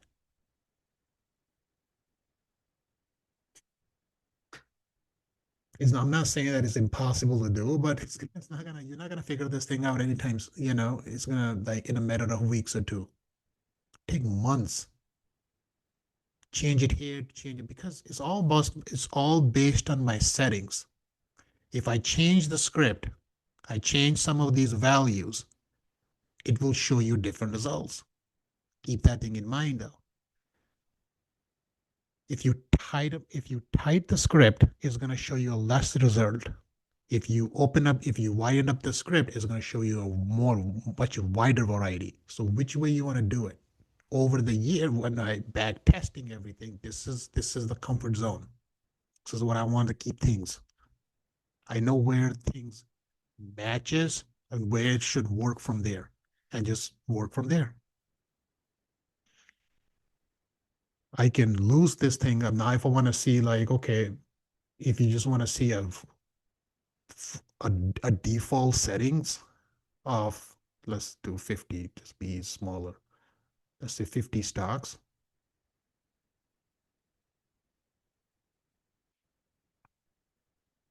Oh boy, it's going to 100 or what? Come on, I did 50, so it must be 100. Oops, I want to do 500. So this here is your 500 stocks. You can see it. That's your weekly rotation right there of 500 stocks.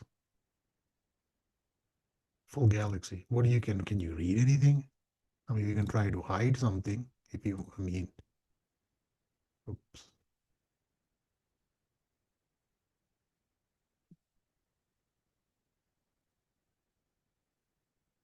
So the same rotation here is coming out of here, from here. So any one of these stocks that are showing, they're not there yet. So all these stocks, they're just coming this way, okay, will confirm here.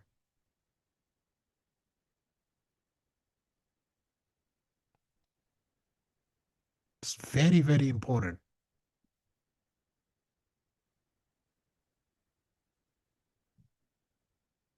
I don't know why I did 500 when I only did 50. Okay,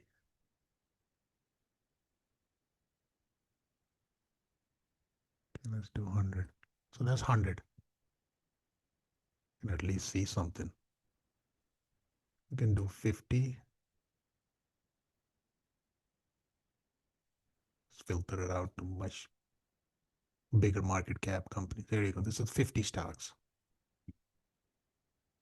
all in one screen.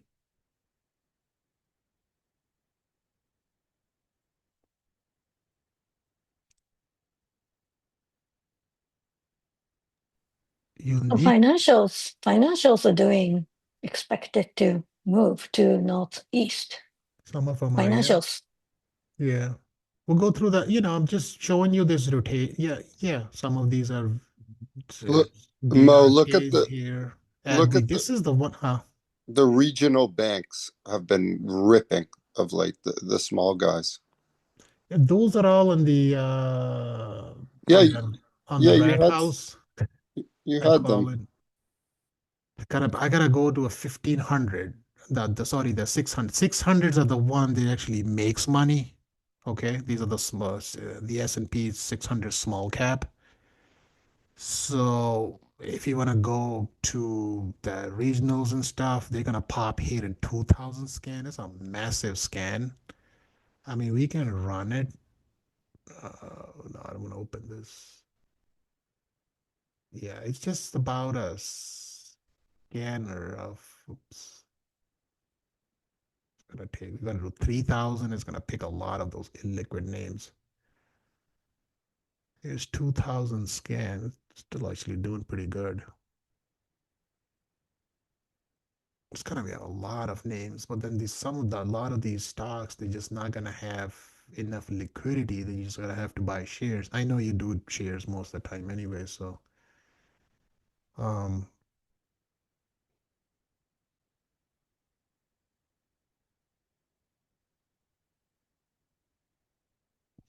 91 stocks out of 2000,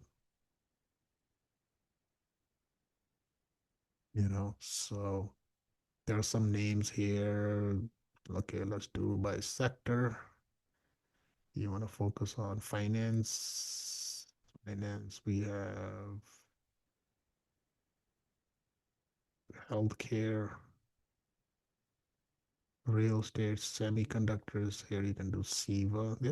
I kind of looked at this one yesterday. The semiconductor names, SIVA, it's the small ones. AP here, P, and G. SIVA, I think I looked at C yesterday. It shows up. This is what I do during the day. Um, because this is only on a week to week time frame, so it really doesn't change. Daily will change often, you know. So let's what is the ticker here? See, This one doesn't have a confirmed buy signal yet. Rotation's starting to look improved, so it might. It has a double bottom. So you got a mad move here. It's a $23 stock, so there's just gotta see which one. So the ones are the regional banks that you probably mentioned, they probably they already had a buy signal for a long time. But yeah, some of what's the regional bank? Give me a KRE or something, right? Is one of them. See, so they rip into the upside. It's been running since April 28 of last year. So it hasn't backed off ever since. So now it's at 73, 81, 89, depends how far it goes. So some of these ones they're running since last year. They haven't got a setback yet, but they will eventually. So, yeah, I mean, now you want to ask me, should I buy something at 70? Why would I do that? Think about it for a second. You comfortable buying something here when there was a chance here to buy something? Think about it, against this low. Where is the KRE at on her cycle? Is it at the top crest? Probably. I mean, stocks, we can look at them. I mean, I'm just switching, jumped from one to another. Should have kept you on the same. We were looking at this. God, switching screens too fast. Just focus on this for now. Scans, we can deal with that later. S&P looked at them, NDX. We want to know exactly what the sector and indexes are doing in a cycle. Or what about the price later? Price is structure, right? So we did the Russell, Dow, we did both. It's over 50 mark. Could do SPY, which is going to be the same thing, not going to be different. Same SPY, Qs will be the same, IWM. So we can do XOK. There you go. Look at this. It's going to be similar to the Qs, right? And the NDX. Look at the high right there. Look at this high. It's actually trying to see if it takes out this low. That was the bounce yesterday from around here, back down to 135. Daily cycle was down at 136. So these ones, they were my point is that once I realized one thing is stock cycles and indexes with the ETFs and stuff, they're just like a totally different ballgame. You know, price behaves and trades much better and cleaner inside in these names. Stocks are more volatile. Too many throwovers that I'm seeing. We have either a big, huge spike because the trend is strong, and one it just collapse, it just keep collapsing. And just and the cycle just constantly keeps shifting to the downside day by day. Because the price is pushing, keep making lower lows.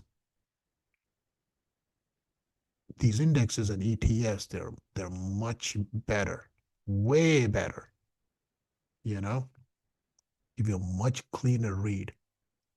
Behaves when if you do get a throw over, that how it mean revert back inside. So here's financial, right? Financial daily swing is down. Financial got topped here, as you can see right there. See, it backed off. So now it's sitting right there, right above the mid. Swing is down. So it means that it is a broken structure. Correct? So you have a 3 weeks of lower low. This is only a one bounce right there. So the path is to the upside, but we need to see how the price trades here.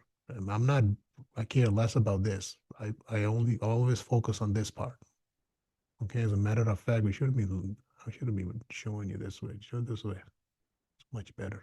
What about daily? Look at this. This is what you want to see.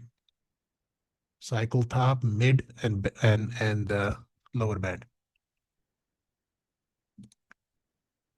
XLY, right in the mid, right? So it's okay. Hasn't topped out. This is where the Amazon and Tesla is. It's the top holding of the XLY. XLP, look at that rip right there. It's on a weekly. Got hit now with a time.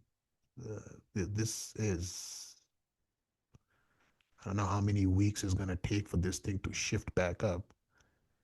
It will.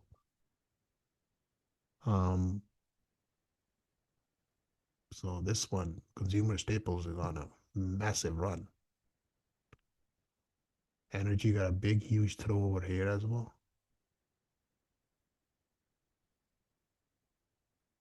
So you had 24 weeks, 3 weeks. We're 16 weeks right now. So technically, based on the price and time, this swing should last more than 24 months, 24 weeks. Remember we talked about it before? So 24 weeks, 3 weeks, 16 weeks so far. So you can't have I mean, it already exceeded more on price. See, it's 26% swing compared to 24.7% swing. So the price has already exceeded, but not the time though. It has to chew time, so it has to probably go a couple more weeks just to at least equal to 24. So the price and time will match. Healthcare is a mess right now, up on the top. Not doing anything since November. Okay, same thing. Huge run up, runs out of gas. It's the same thing that you're looking at on same thing on the S&P. Huge run up, go sideways.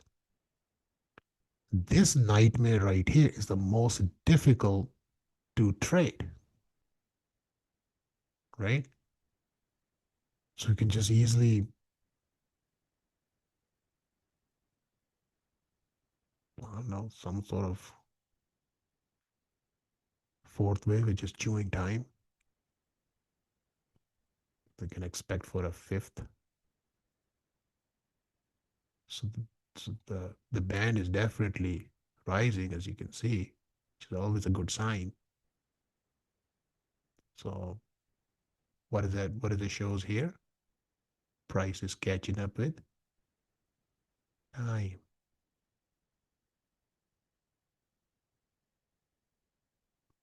So that's why I'm looking at AbbVie yesterday, what I showed you. So AbbVie right there has a very similar trade setup. This.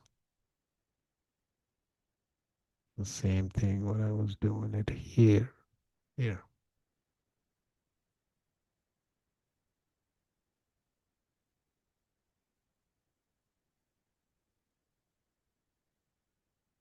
So don't be desperate for trades.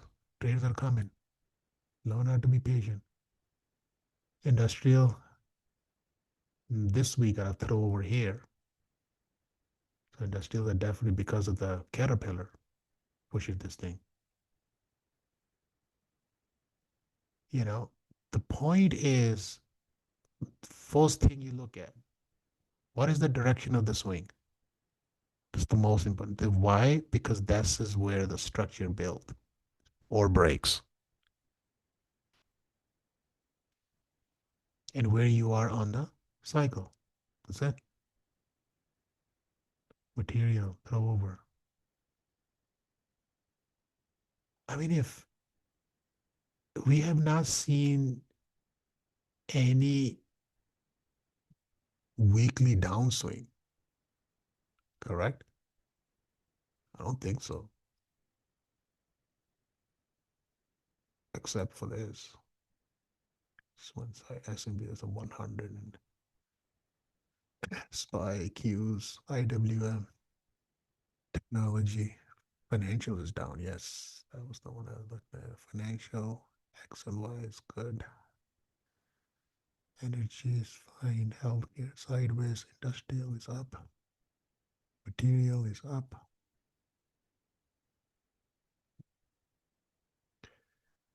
Utilities, real estate, huge throwover. Hard reverse.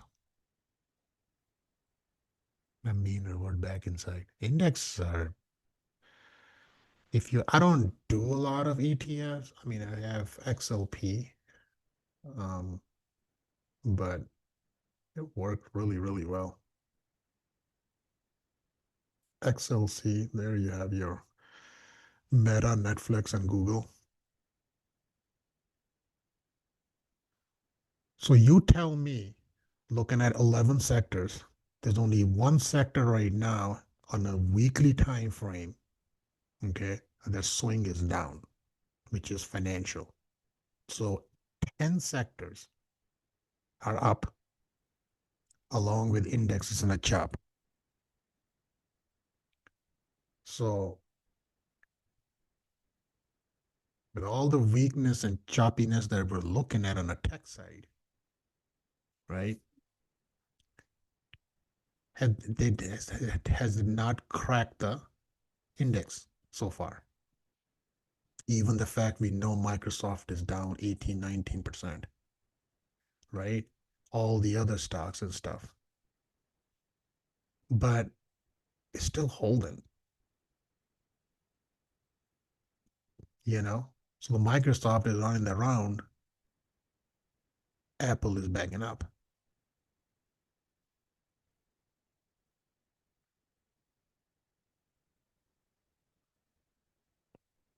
So if you wanna, I mean, if if you know that, if you know like how to position something here, I mean, I give you a lot of credit for it. If you know, if you can manage to move 6 days up and 6 days down for the same equal measured move, you gotta be one of a kind if you could trade these back and forth moves.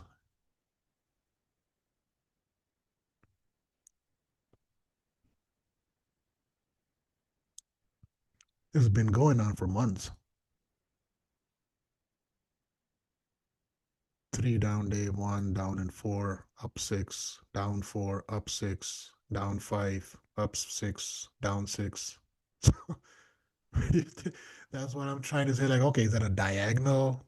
What the heck is that? You know? Is it a complex fourth wave? How do we label this thing? You know, it's just a roller coaster. You're riding up 6 days, you're coming down 6 days. Now you're trying to go up another 6 days. Now you know, well, if you ask me about a daily, which this magenta line shows, it's exactly what it is. This is exactly what it is. See, this whole February is going to be like this. Just to let you know.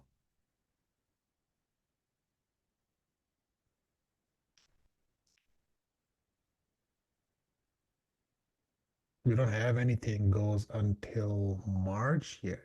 So this is March 5th. So February ends here because a short month. Well, let's put here. So we're right here now on February 6th as of yesterday. But that doesn't mean that the market is gonna make exact turn on that specific day, but just that's where 17th.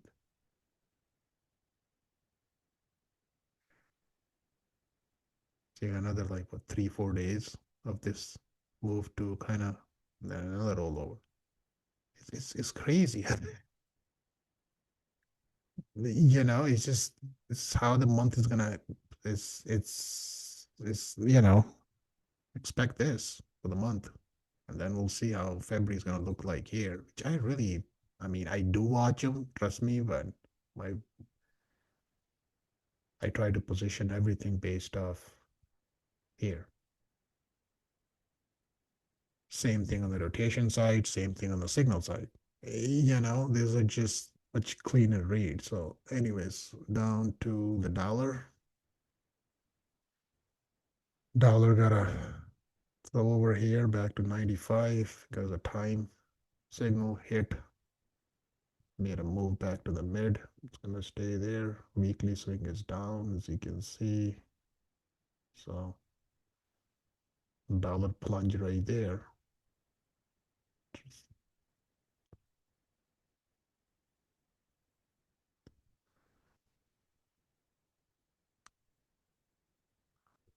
Gold, massive throw over last week. This week, trying to reverse back inside the band, get itself out. But week after week, as you can see, the band is rising to the upside. The gold should be okay, but it's gonna whipsaw around. You're not gonna have a lot of upside here. You see how it mean reverts back inside? So yeah, the big 2 weeks right there is when the gold and silver they went crazy. So this week right there, got gold trying to take a little bit of a pause. Yeah, but the point is that you're not gonna price is not gonna just go and keep ripping like this, and you're gonna leave the cycle behind. You know, price behaves within this band. Call it envelope. I keep calling it band, but it's good. I mean, gold is fine.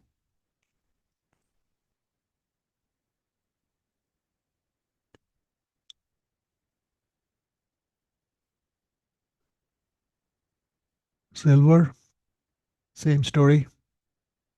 2 weeks of big spike, mean revert. This week went made up to 91 and 64, kind of wide range. So the range right now of silver is between 62 and 92. So that's your trading window on silver right there. Now silver is gonna breathe after this monster run to the upside.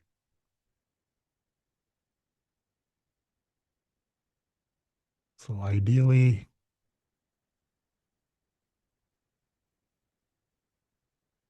a butterfly would be a nice strategy here.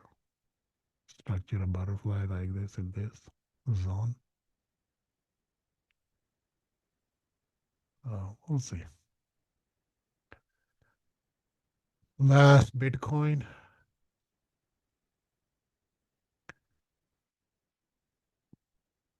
It's broken structure, as you can see. Bitcoin had a swing up. Direction was up until last week, right? And this is the one that just opened up right now because it opens trades 24/7, so data updates.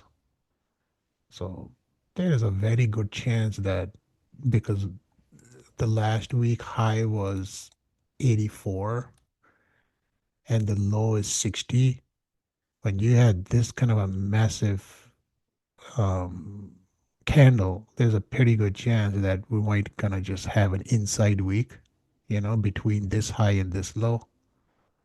Swing is down anyways, and it has a throwover below under the band as well, right?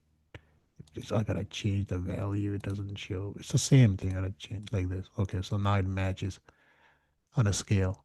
So it had a kind of made a. I mean, what to make out of it? I would say is like this is the 200% fib extension. Okay, you know that the fib is pretty strong.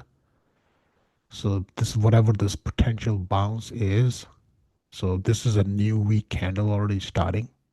So it's black right now anyway. So it means it's just watch. It's just gonna be the range for the next week. So we'll see. Unless if it's not another flush out next week, is that's possible because it's pretty volatile. So it's trying to mate it back. So he's trying to test this 71. That's the daily lower band right now, but as you can see, that daily kind of a little bit of a curve here. So it kind of gives you a idea when you have a throw over how the price mean revert, okay, and where to kind of basically find resistance. You see, this is the resistance mark right there.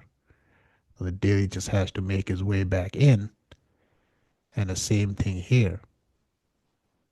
Okay, so that will take several weeks. Okay, it's not gonna um, instantly happen. As you can see, some of these prior throwovers, okay,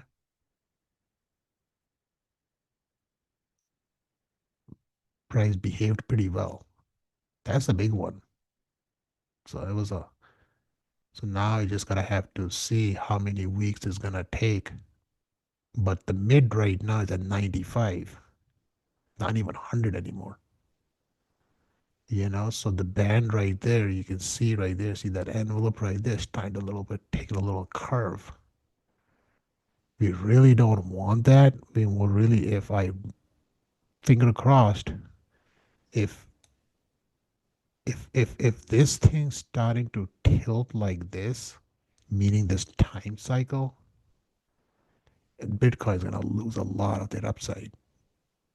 Keep that thing in mind. It's very important. Okay, it's very important. We can get the bounces here, which is fine, 1 or 2 week higher bar. But when you have to understand one thing: when price rise, so does the time. You see how the envelope is rising up with price. You see right there, it's trying to take a shift. See how it's curving? So it's trying to make a curve. So, but the price makes its way back here. But it's gonna. But then you have a declining envelope coming toward the price. It's a tough call. You want something to rise like this with the trend. So it's too early to say, but we're gonna watch week to week basis to see how the the time is shifting along with the price. Yeah, we don't want if it could go sideways or something, that's okay. You can do show you an example. You see right there, like NDX, right? You see it's a rising curve. It doesn't look, you see? That's the trend.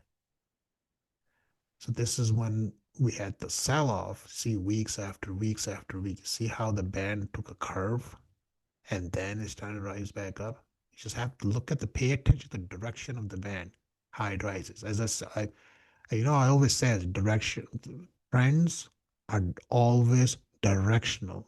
They either go up or they're gonna go down, and then the time follows. See, rising here, sell off here, and then the price just stays between that envelope weeks after weeks. It's a long time. It's very when you scroll like this, it looks all look. You are back all the way down to 2022 on the bottom. That's the 2022 bear market low right there. Look at that time signal, man. Wow. And then from there, over the months, over the years, the thing shifts. So since this April low of 2022, we only saw this 20 in April. last year that the price actually hit this lower band. That's where the extreme volatility is going to spike. Volatility will jump for sure. So you got to throw over here and then just mean revert back inside. And ever since, if you notice what the price, what the price is doing, you see, it's gonna mean just in a sideways range with the double top like this, because we're basically trading between this zone, as you can see, right? Poke down, back, right, back up. You see, because it doesn't want to break that. And then just weeks after weeks, you see how sideways it is for months. So this is our windows. As I showed you on the S&P right there, 77,000 to 6,800, 200 points. So you can do the math here, 26,165, 26,467, and 25. So you got rounded off, call it 100,000, 15, call it 1,500 points. So you have 1,500 points here and 200 points on the S&P. So we just only focus on this part, so where the price is in the last 3 months. Okay, because that's where we've seen all these whipsaws, 5 days down, 5 days up, 6 days down, 6 days up. Because that's where yesterday we rallied like 100 plus points or whatever. But we just stayed right into that same range. So 1,500 on the NDX and 200 on the cash. Okay, so it's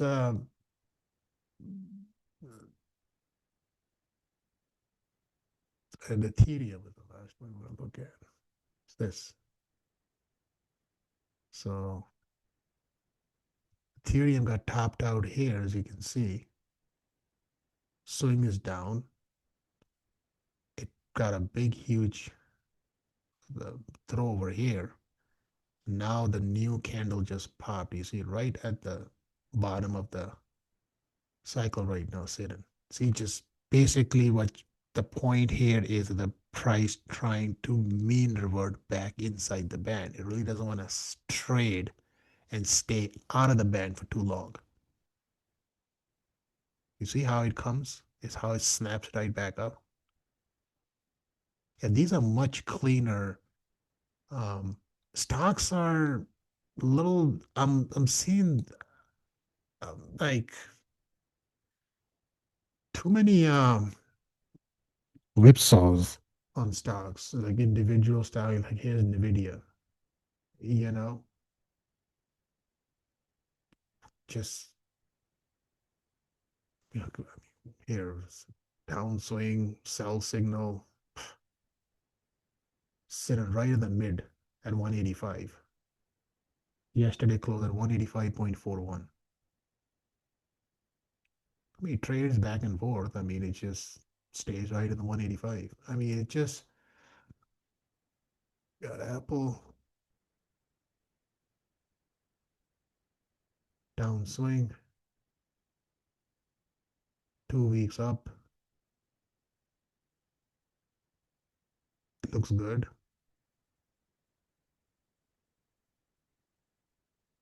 237, 265, 290. So that's the range of Apple, 237, 265, 290.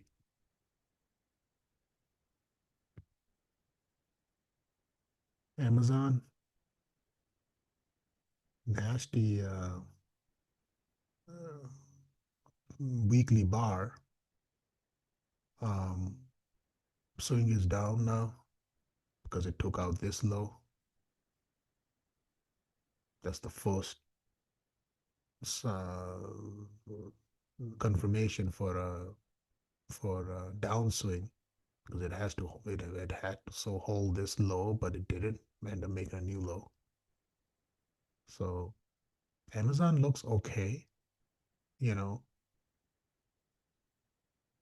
we got a time signal here, but that doesn't mean, I mean, you need to have a much better odds for swing to be up, but just gotta take a couple weeks. So Amazon, Mo, look in there. It looks like a lot of times on Amazon with the time cycle, the next week it flushes that low. yeah, Do you see that? The next week it gets a reversal bar. A new low, like if you look at like May, April low, and then the June, right? It flushed and then it reversed. yeah. The point is this, that if you watch you should, when you have a swing down, okay, you need to watch only two levels now, 205 and 230. This is where the price is gonna breathe now. That's your trading range. So it doesn't mean the price cannot come down to 200, 190, 195 and stuff, but it will snap right back toward the 205 kind of area. So it's not gonna, the point is like Mag 7s, as you can see, has multiple weeks. There was the April low that it stayed out and then it creeps right back in. You got a 1 week throw over, snaps right back in. You see? Like Mag 7 stocks are much better, compared to some other names. Um, NVIDIA, look at this. Google is way up there, it's trying to got a outside weekly bar. So Google is strong. Look at this whole thing.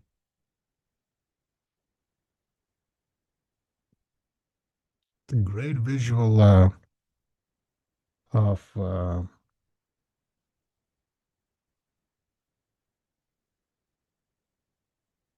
his Meta.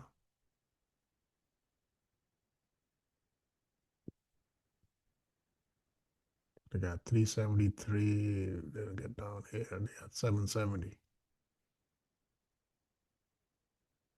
So a little messy. Swing is up on this one. And plus it has that ping structure. This. So the story, this stops, music stops. This is a very different. This is just only based on a pure structure signal. It works really well. Even show you. These are, run through the whole, all of them. To go through them. So we covered this. That's the most important part. So yeah, this one is the most. Always doing something. Let's see. I think this one is the candle here. So the story on this one is this. So the last time it triggered way back here, back in 2023. So, well, I have shares that we bought on last earnings. I did a call spread on this one just because of this. Let's see how the next week goes. I mean, any week if this thing goes away, I'm just gonna close the trade. So this is all based on this. Okay, this is week after week. So the way this thing works, I'll give you an example of Apple. Started here. So the week after week, as you can see, that each week Okay. And it stopped here. It stopped, price tanked. Okay. So this is designed that way. So you really don't have to so basically what it is, like you enter a trade, you don't have to look at anything. You just all you have to watch is the Friday close. So each week it's gonna be, you're gonna have down week. It's okay. But as long as the pink signal right there stays on every week is good. The week that thing will stop, see it didn't appears here. That's it. So it's the same thing I'm doing on the meta. I'm I'm telling you the next week, if I don't see that, I'm just gonna cut the trade. It doesn't mean it doesn't fail. It does. So but this is just can keep you in a trade for a very long time. You don't get them that often, and NVIDIA doesn't have that. Last time NVIDIA has back here this week, back in 2019. This week, stopped here. Boom. This is a this is a one of a kind signal. I can tell you that. It doesn't come that often. What I do, I mean, once I get them, I mean, I I usually jump on them right away. It's a very can run a scan on this one for you if you wanted to see it to 1 week. Oh, the 23 names. Oops, wait a minute.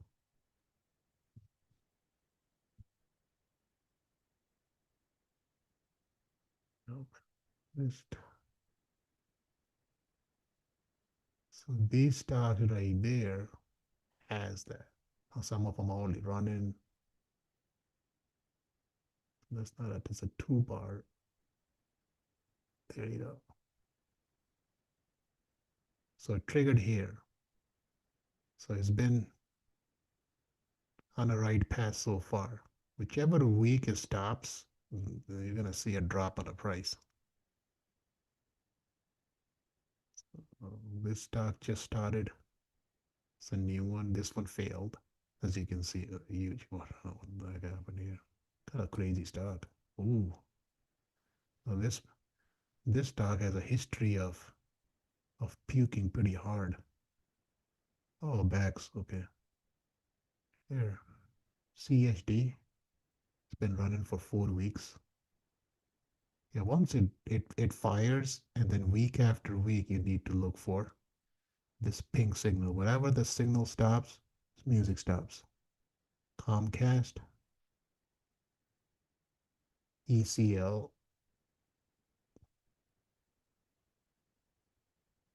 I have that trade on, so ECL. So this one right there is very. I'm trying to always match this one. This is the same.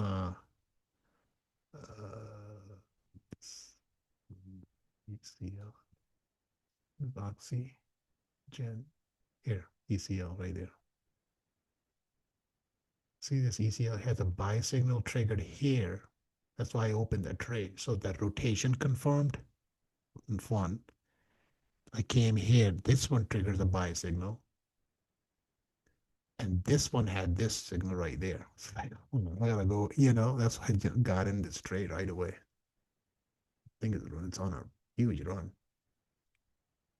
It's like a triple confirmation that you can get. Rotation confirms, think or swim signal confirms, and then you have this that pops up on a scanner. You can't randomly think of it. It has to come up on a scan. No, the EMR is another one. It's been up for five weeks now. These are these are very like I want to say like kind of like a lot less stressful trades, to be honest. They're purely designed for a structural swing. It has to meet a certain conditions to fire that. It doesn't come that often as you can come after years. Okay, then it moves. It fails as well, but has a very, very high probability for this thing. You see, traded 4 weeks ago, got a huge pop. Why that fast? FCX, this one is on a wild run since December 5th, week after week. See, even this week right there, see, had a little down week, but it's good. It's okay. It will stop. Not gonna stay here forever. Honey's on one. So very selective name. I just ran that in 500 stock. HRL, that's a new one. So this one needs to clear this high right there. It did 2 weeks, I rejected. Take out this swing high. So it's good. IP, that's a new one. It's popped yesterday, this week. International papers. This is for the third week right now. That's where the meta pops. That's why I open up that spread and see how it goes. Okay. There's one here. This is the second week so far. This is new. I don't know what is it. MRSH. That's the NVR.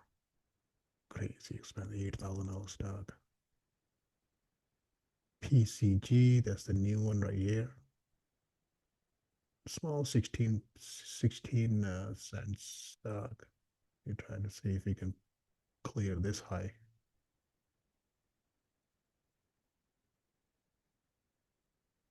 PPG. What is this? Industries. Yeah, once I traded RSG, I have this one. Public services. That's a new one here in Sherman Williams. Should get this one on Monday as well.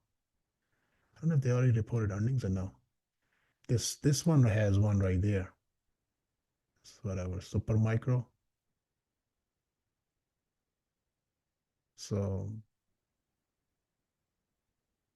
this has a potential to run. So we can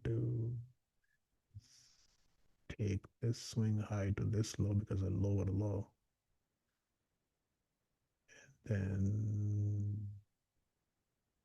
take this to this.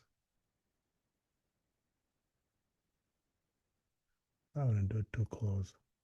So 35, 39, 43. So 35 is 23.6. 40, 30, 38.2 is at 39. I think a 40 calls, which is down to this resistance here of this swing low anyways.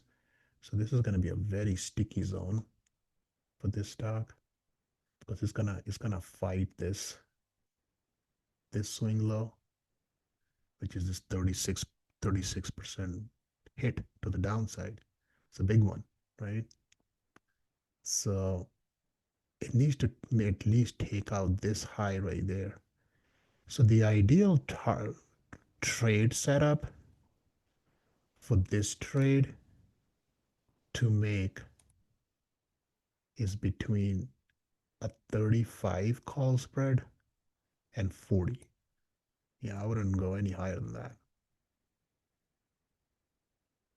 That would be the call spread over to make here. I mean, if the price rips, yeah, I mean, it depends how much time, and can literally max out the spread. So 35 and 40. And because this one looks really good on rotation as well. So I might get this one. I don't even remember the last time I traded this one. Mm, it's not showing yet, but it will.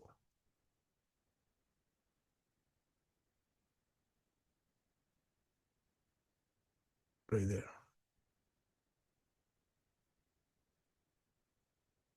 So that's a nice kind of another week or two. We should be able to. I see this trade should play out as it looks. This trade setup here looks pretty good.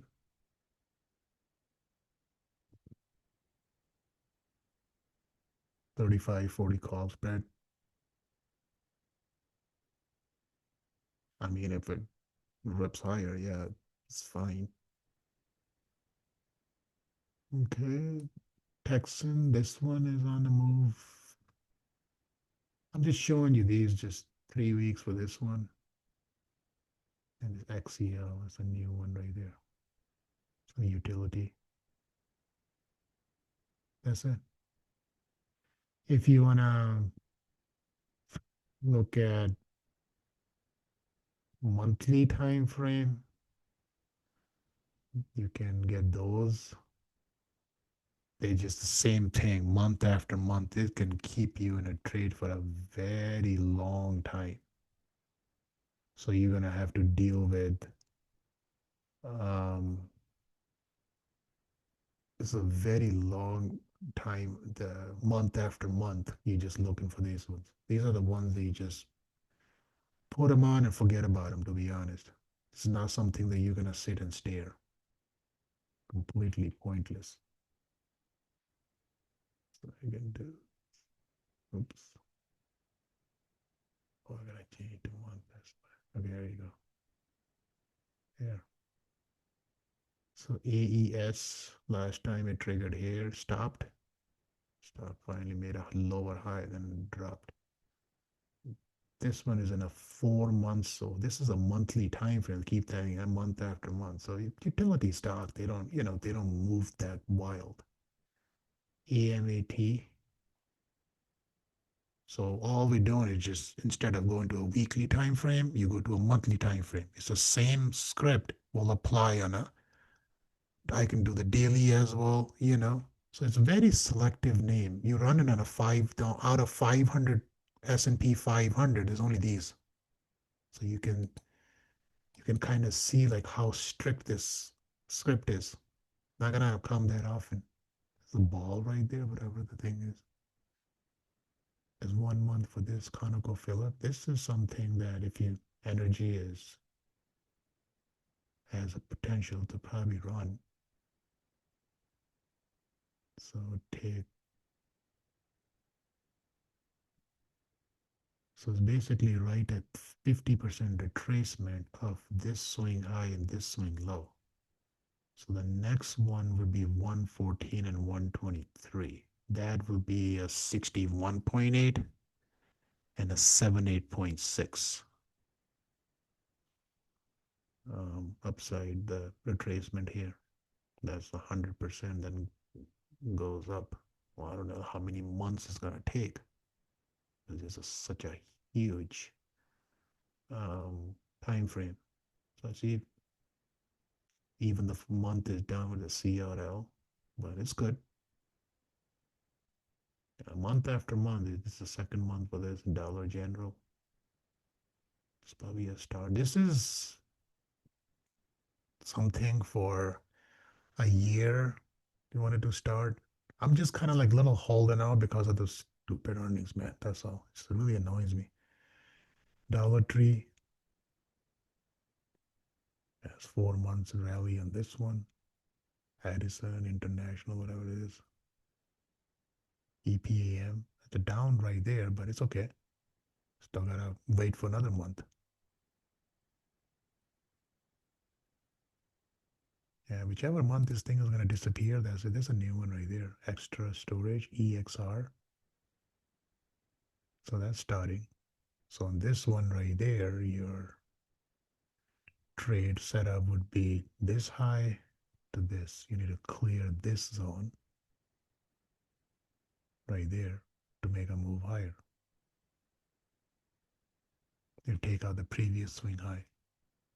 So we can measure this low to this. We can run some, it depends.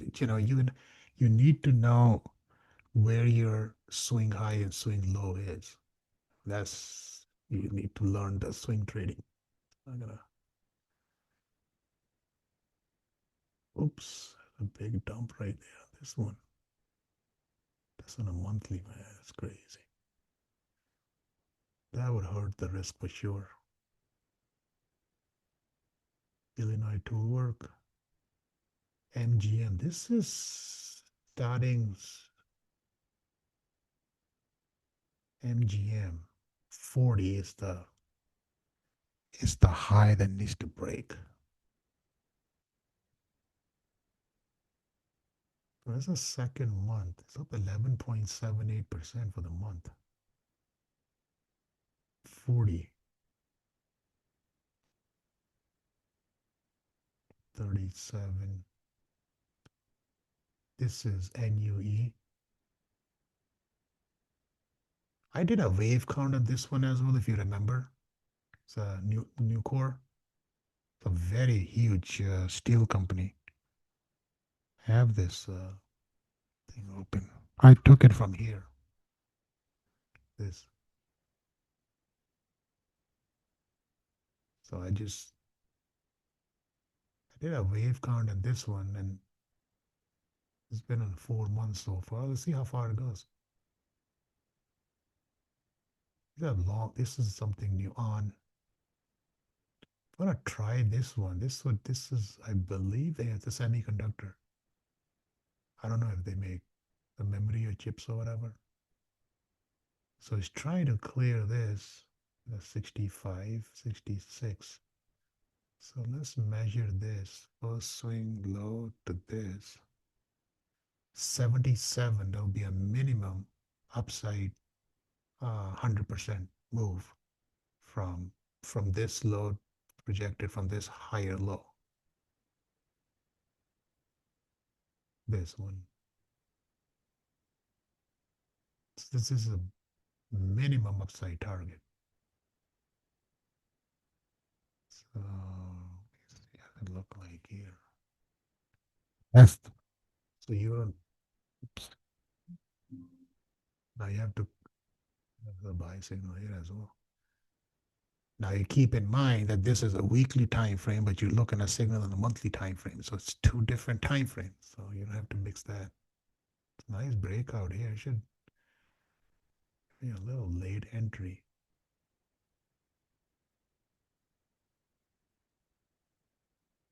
Yeah, it's I think 76, 89, 102. This thing can run. It's a fresh one here, so 105, 30%, 50 so far. Days. 2 months. So 3 months, 4 months, two so far. So it has to go at least 3 and 4. Yeah, this thing is gonna, doesn't look bad.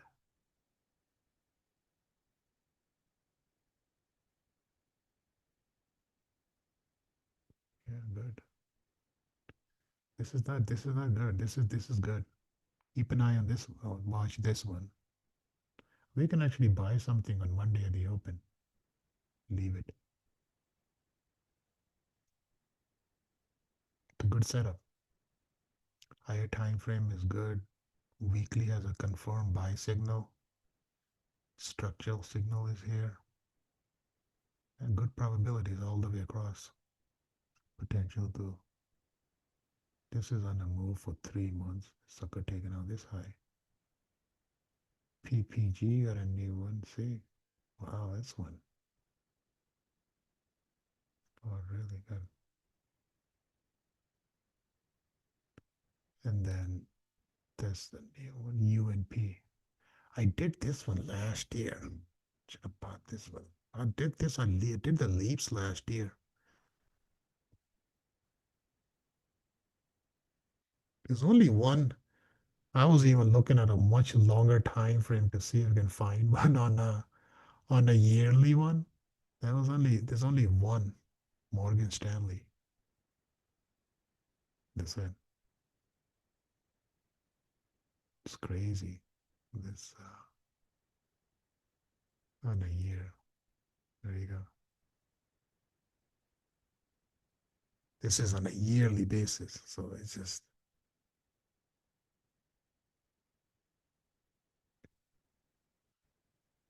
whichever year the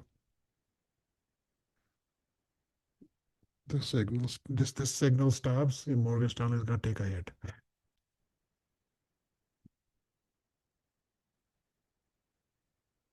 One stock in the entire all the 500. I mean, you can change.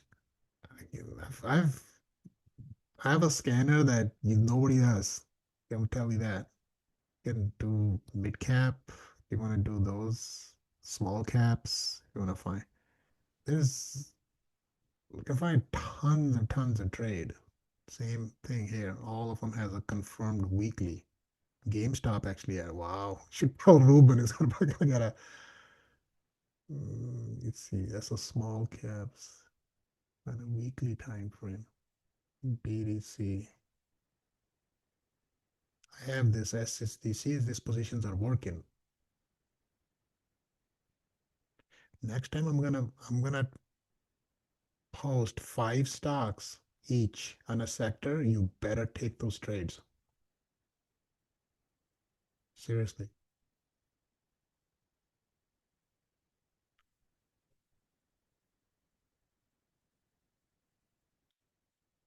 You take those trades. Don't cherry pick. Just take them all. The way I do it. Just leave it. You want to do your day-to-day gambling and stuff, we can do it on a separate account. Good. That should be a growth portfolio, not the day-to-day the these small data spreads and stuff. These are all mid cap on a weekly time frame. It is triggered. This is, oh, GME actually has them on a 3 month, 3 weeks. Last time I was here, it tanked. Should tell Ruben. See. So we'll see how many weeks it's gonna go.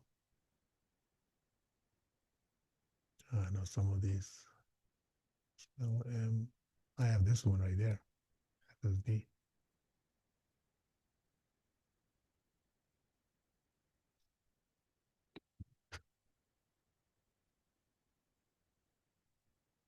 Simpson Manufacturing. SSD right there. Right there. Up 20% now.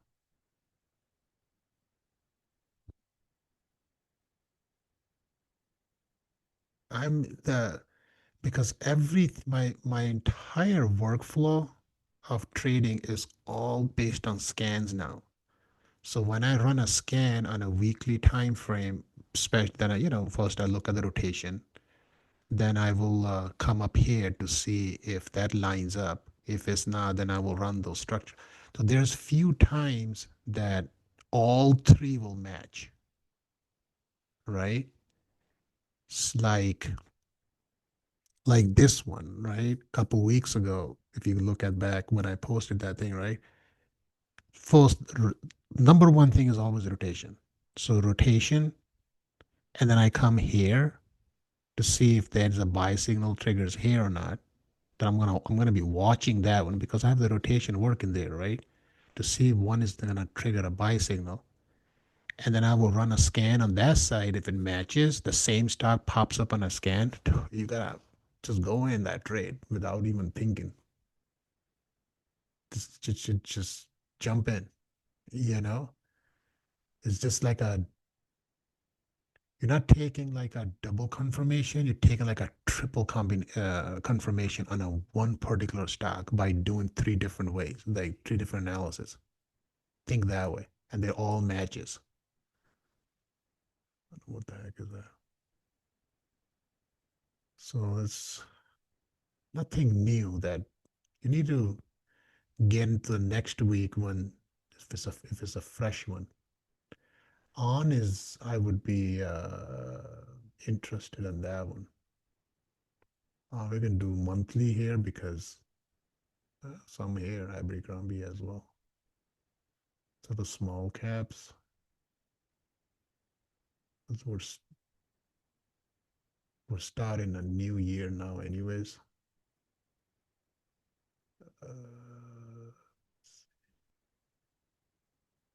Oh, I had a big run last time.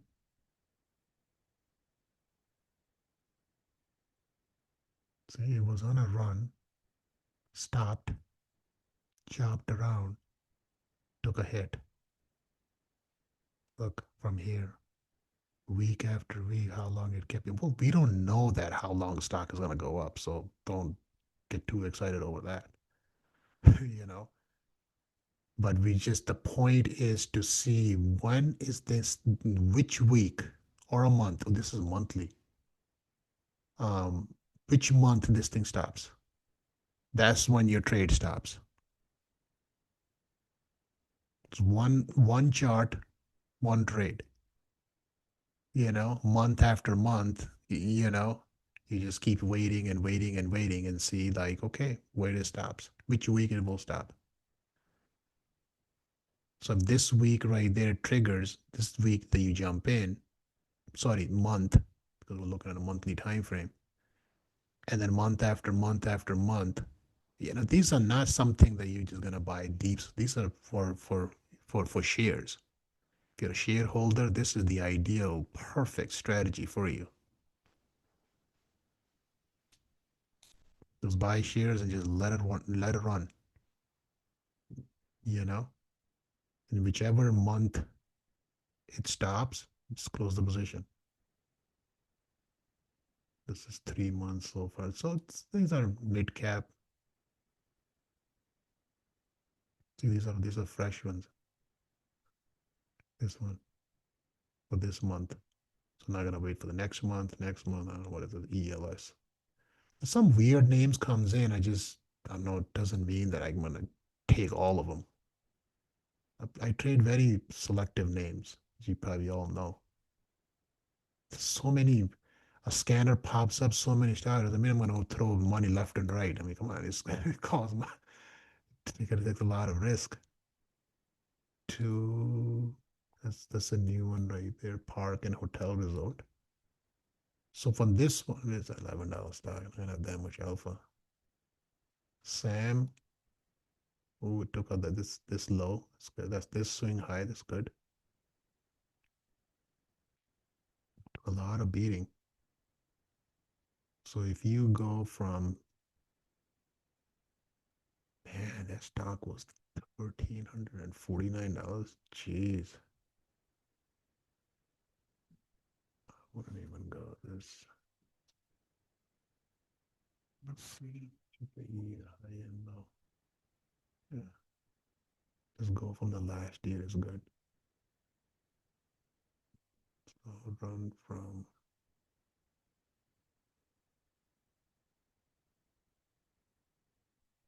last year. So last year at 50% right now. Last year high was 302. So 257, 277, and 302. So you scale from last year high and low. Now I have to go deal with the other ones too far because stock came way down. So it's just a recovery phase. Oh, it's a Boston beer. Oh, okay. Not that company. Everybody knows that company. So Boston beer, okay. Selective Insurance Group. It's in the second month. It doesn't look that bad. It looks like a pretty nice veg breakout here.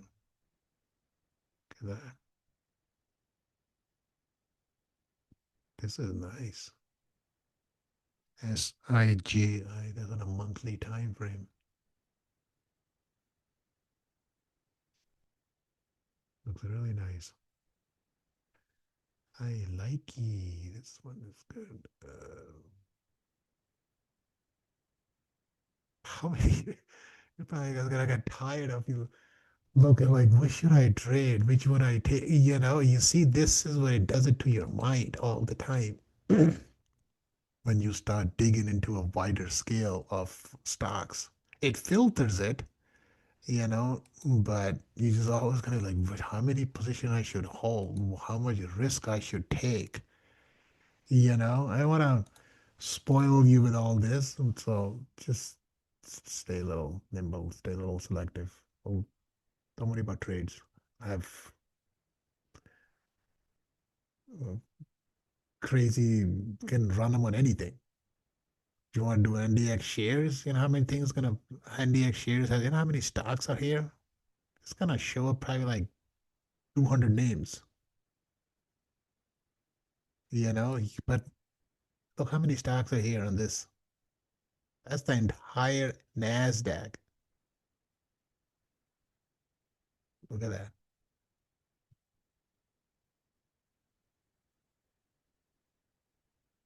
Full Nasdaq. I'm scrolling this thing right now. Look at that.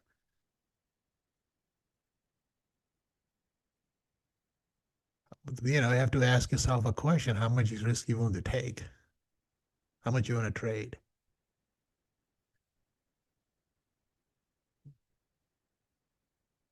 Same conditions applies here. Which one you want to do weekly? You want to do monthly? You want to do yearly? You know? Well, I always, say just to myself not to overtrade, not hold too much risk, stay selective. Okay, whipsaw here, there, it'll balance, it all worked out. Trades are trade, which will none, we don't know which one is gonna go, which one is gonna move that fast. And Nasdaq has every stock. Amazon is there. Every stock is ASTS. Everything is gonna be here. If I run a rotation on this, what is gonna be any stock that you holding right now is all here. I don't know how many I show the exact number. Yeah, Nasdaq has everything. So, matter of fact, let me see if I can. It's gonna be select the exchange. Oh boy, 1 week. There you go.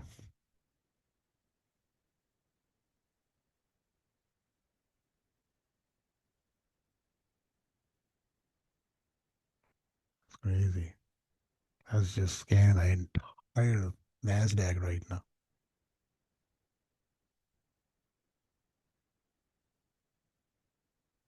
These are the ones that are only filtering the ones that have the confirmed rotation. And then I'm going to have to go through and see if we're going to find signals there to confirm whether the structure is built or not.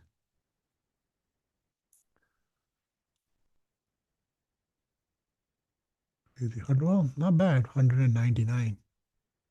Almost 200 names. Well, if I'm going to open this, you're not going to be able to see anything on the thing. So you better just keep it the way it is. And from here, we can filter this thing to a sector. Let's go from here. So we have commercial, and now you can just say like, okay, you want to do finance. So you have your finance here. So healthcare. So everything is gonna be here. So movie, entertainment, and stuff. This one is not classified. I don't know, they couldn't add where the package software regional banks are right here. There's two of them. There you go. Here, what is that? AUBN. Okay.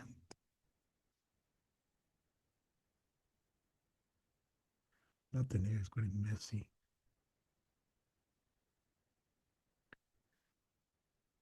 So you have this. Where's the other regional bank? CBFH.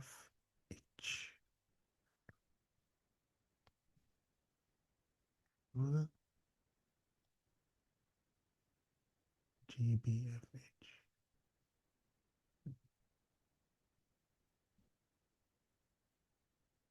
Nothing here. No, no. Something is gonna come soon. Wow. Nice, huge one. That's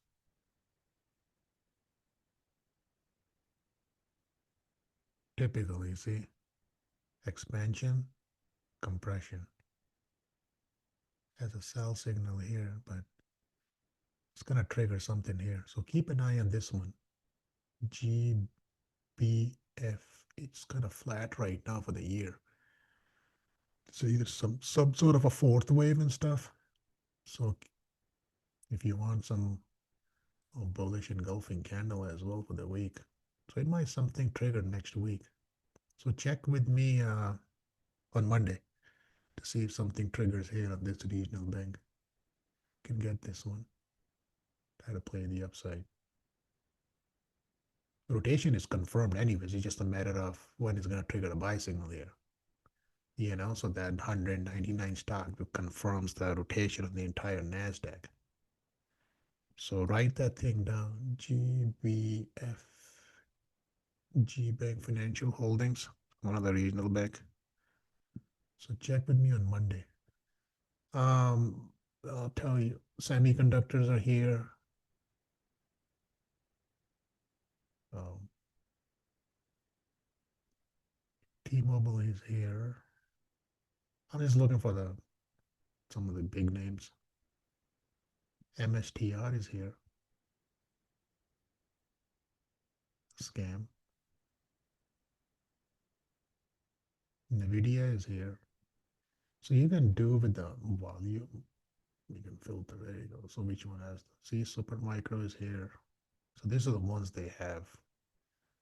NVIDIA, of course. GXEI.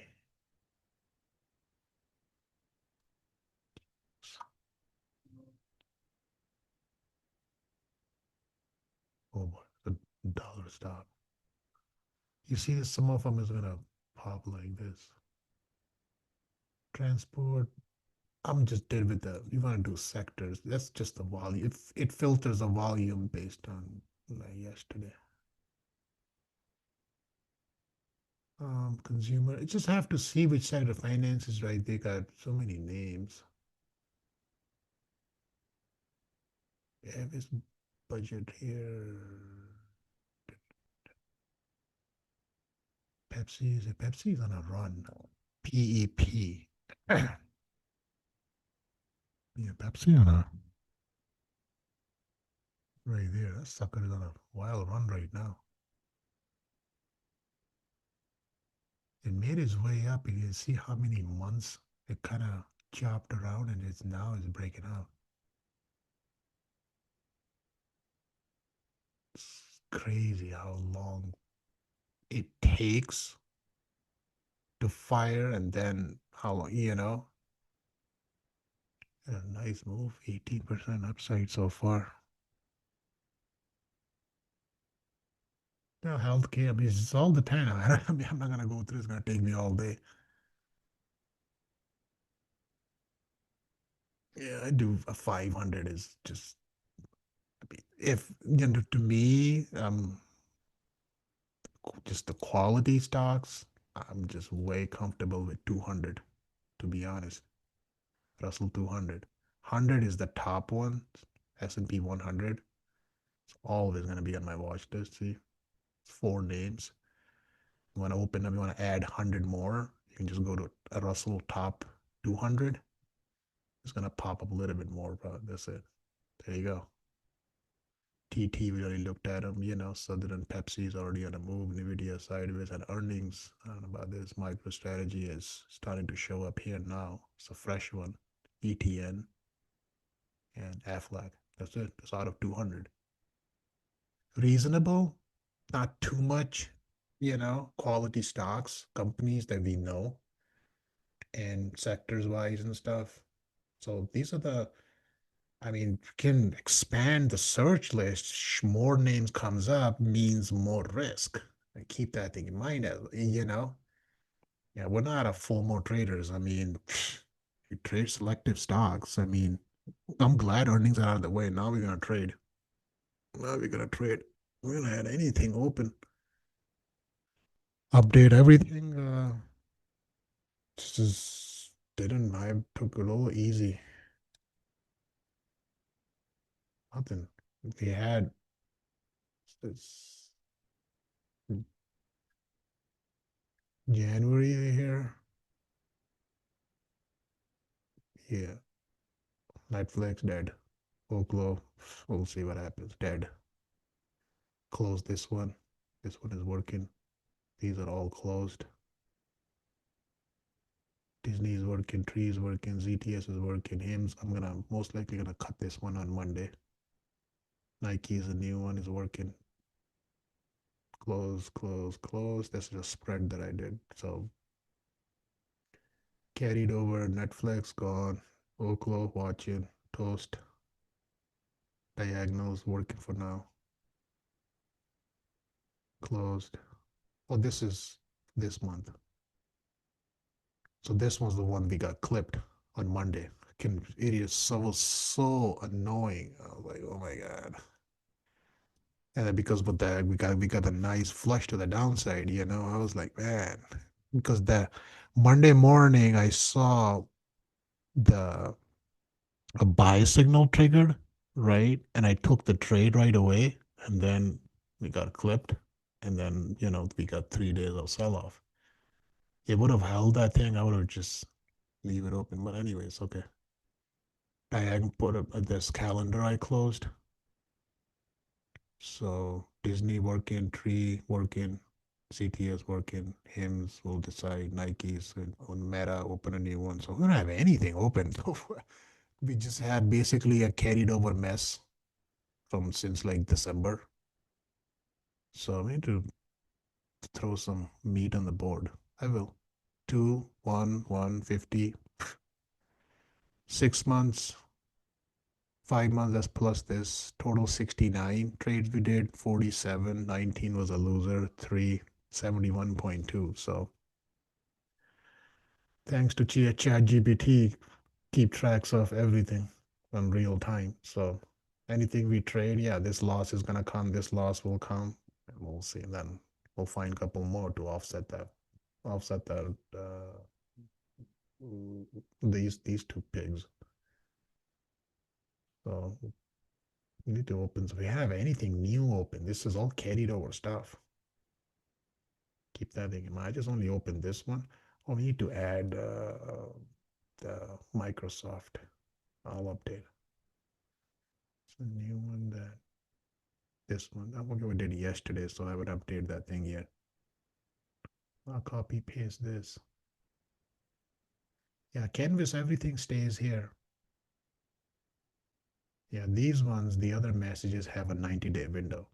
Yeah, this one stays permanent. So we gotta throw some meat on the board. All right, I gotta go. 11:30. Tired. We reviewed cycles, rotation, ran a couple scans. Oh, wait for new trades. Whatever shows up on a scanner, I'll throw them. But I'm not gonna throw too many. It's too much risk, man. Gotta control yourself. You can't just. It's all everything looks damn promising and stuff, and unless when you put real money on the board and then one shakeout and everybody get in a panic attack. So, I mean, I don't think some people really know how to handle a down day. I just don't. It's very sad because right now, if you look at them, I don't know how true it is, but like looking at the Twitter and stuff, like people like how much money that they're losing on being leveraged. You know, it's scary, man. Dangerous, dangerous, dangerous way to trade.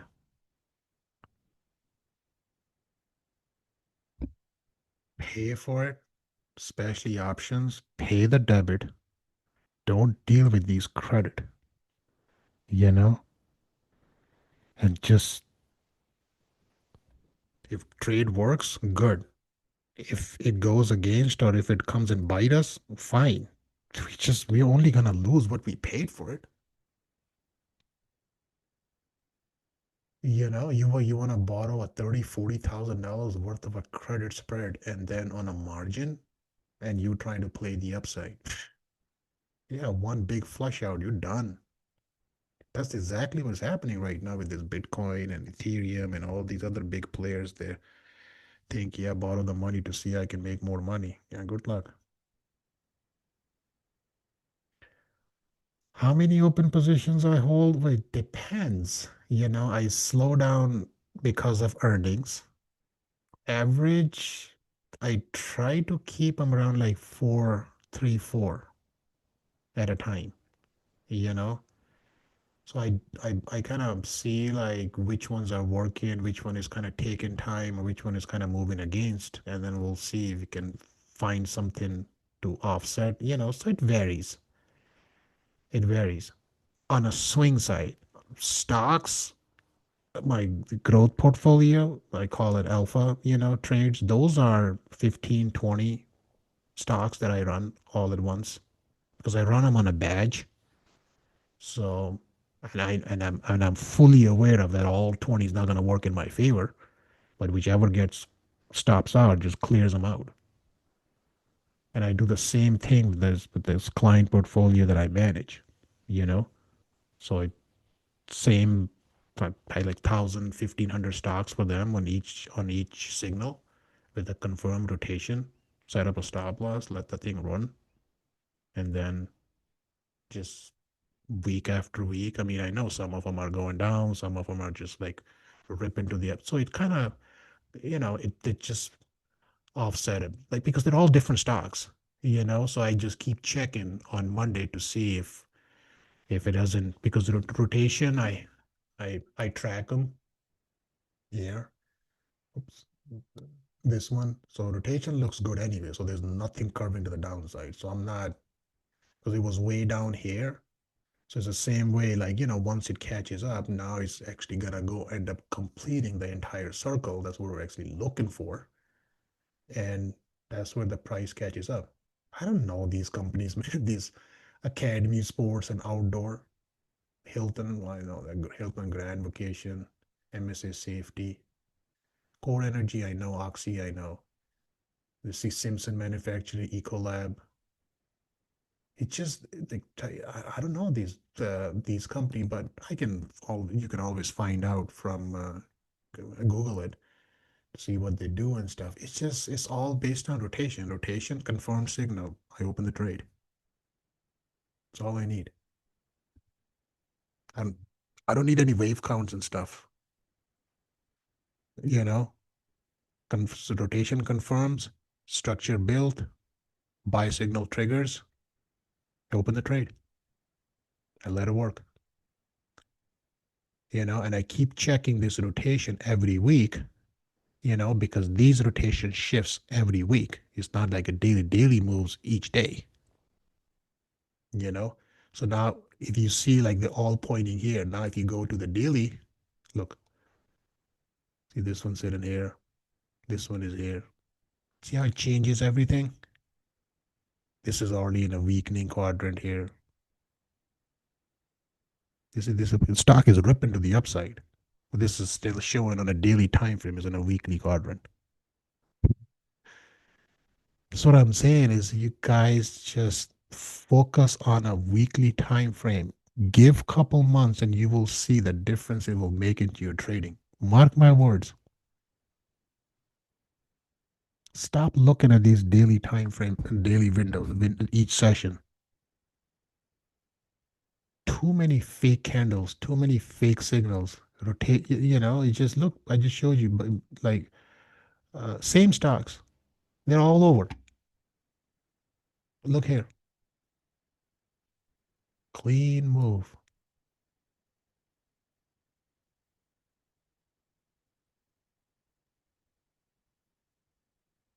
I'll find something based on a daily on a big rotation. It's not like I never have we have never we have done a lot of trades, but that's just a totally different uh the time frame. I'm going to focus on daily rotation with the daily signal only. That I'm not looking at the weekly side. Just only focus on that daily move.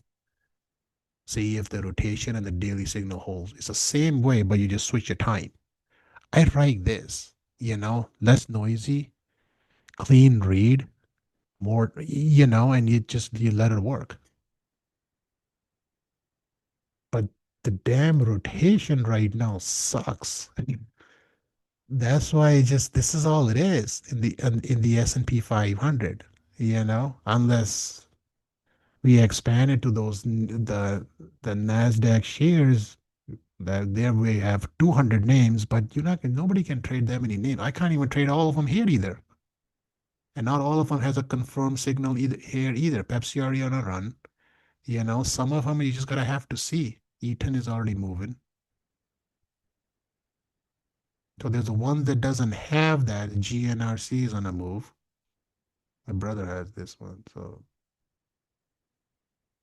I bought this one yesterday. He has these ones. This is my brother's account. Has Boeing, Ecolab, RMD, DLR. I bought this one yesterday for him. CPRT and LYB. So he has these trades working. It's a different portfolio. I don't mix this one with anything else.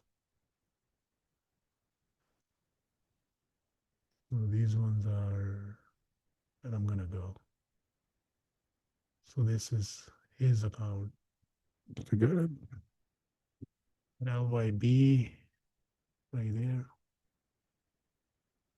So an ECL.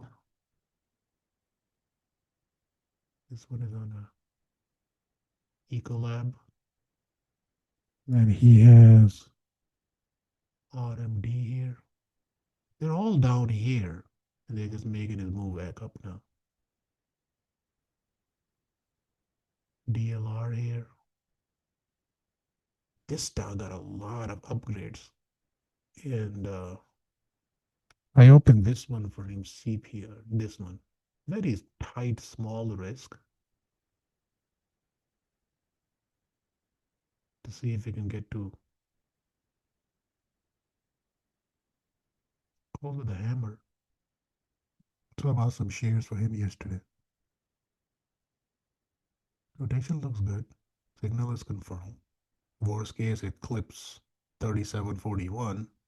You're done. If that happens, this thing turns right back down. I can tell you that for sure. If rotation comes here, signal fails, the hook right there will curve. It's no longer valid. Okay, look for trades for next week. We're gonna put some meat on the bone. I was just being a little um easy with these earnings. Taking it because just risk, man. It's crazy. Wait for those, and now they're out of the way, we're gonna put some trades.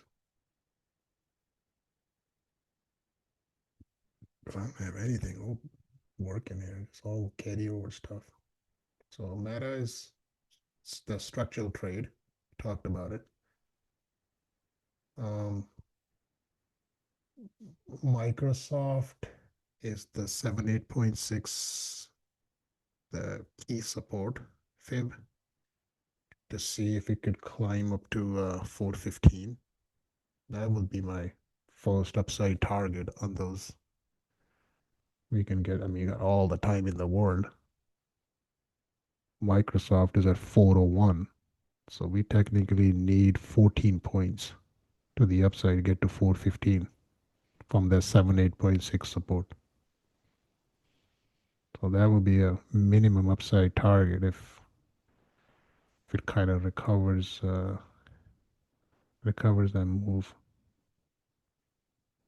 The most I know software is just brutal beating, man. This stock just taken from the last 1 month. Yeah, just I even posted this thing on Twitter. I was like, here, Crazy, man. 3 months is unbelievable chop. Look at that. High, three, double top, 580 pivot. And we throw cycle on top of it. We throw, what do you see?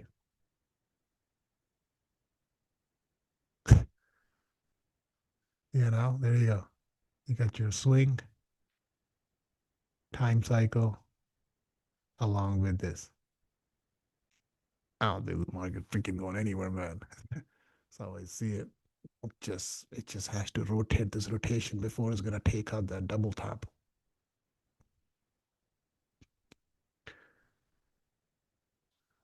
Which will is gonna confirm this. And we're gonna be the first one to know. And I know what's gonna happen. When this rotation is gonna improve, that's when you're gonna see that scan results is gonna start. It's gonna show a lot more names. That's when I know why that thing is so tight right now. On the S&P 500, you only get to see like 20 names. Uh, you know, so we gotta wait. A lot of names gonna pop up. I'm gonna buy the quality names. This has to move. It's not moving. Look at the hook.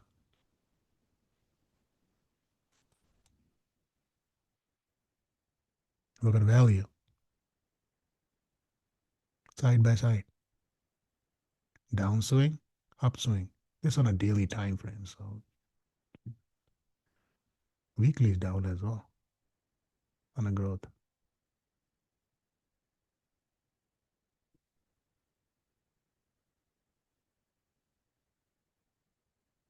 Yeah. I just if you would ask me where the how does the rest of the month will go, same.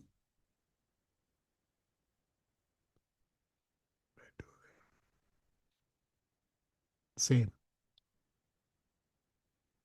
I don't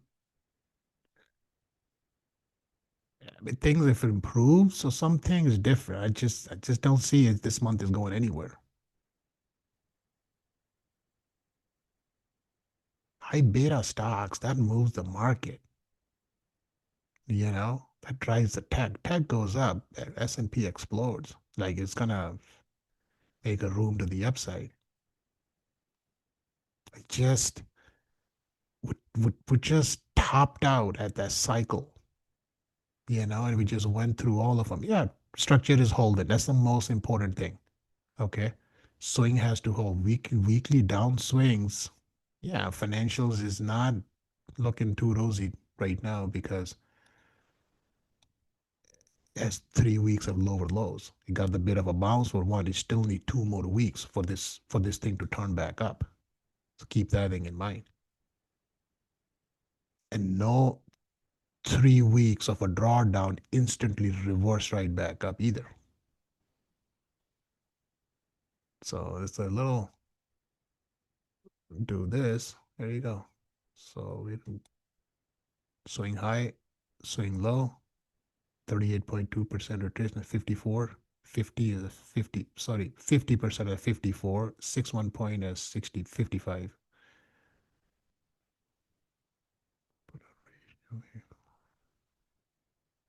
Yeah, typical one.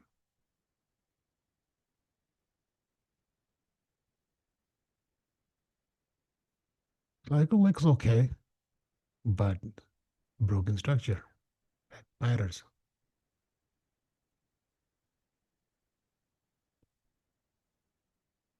Everything else is good, you know?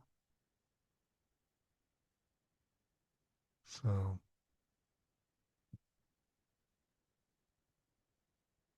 now where are we at in this nightmare? So yesterday we cleared 61.8, mid at 26. Yeah, we're gonna be probably get to a couple points here. So this is a 7, 8.6 line here, which is 69.54. Downswing here. You still need 2 more days until Tuesday to confirm the upswing. Okay, so you have one bar. You need Monday to make a higher bar, Tuesday to make a higher bar for this swing to flip. You need 3 bars. So Tuesday will be a decision. If Tuesday is going to be a lower bar, yeah, that's it. The count sequence is gone. Yeah, once the swing turns down, I mean here, swing turns down, 1, 2, inside day, then the fourth day. See, it takes time. One spike, second spike, inside chop. There, that's the swing turns up. That candle turns green. These are custom candles. Like they're scripted. I scripted them. It tells you where the red candle appears is where the swing changes. Swing directions will change. And then whenever it turns green, okay, it changes that direction back to the upside. The swing will flip. That's what that for. So then on the weekly side, this one right there is where the structure broke, right? So from here, the swing turned down. Then week after week after week, we got a flush down here in April. So then when we April put a low here, here comes inside week, higher week, that's week right there. May 2nd. This weekly bar here turned the swing back up. So this swing from here has been up since last year of May. See, you don't see any red candle. When the red candle will appear is when the structure breaks. That will give us the clear confirmation now the structure is gone. It will break at some point. Well, I don't know when it's going to break, but it will break. Let me make it bigger, like this.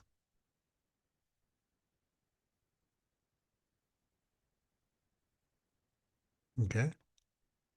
So your red candle is going to be is when it counts the time, price, and everything because it's a customized candle. It tells you where the structure is broken. That's it.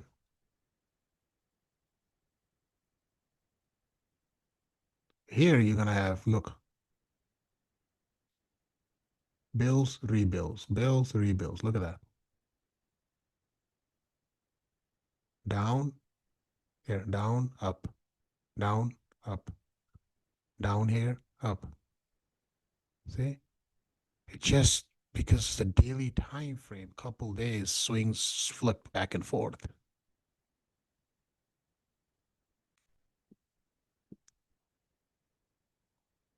When you go to the weekly time frame, who in the world would write like trade like this over that over that time frame? Tell me. Everything changes, you know.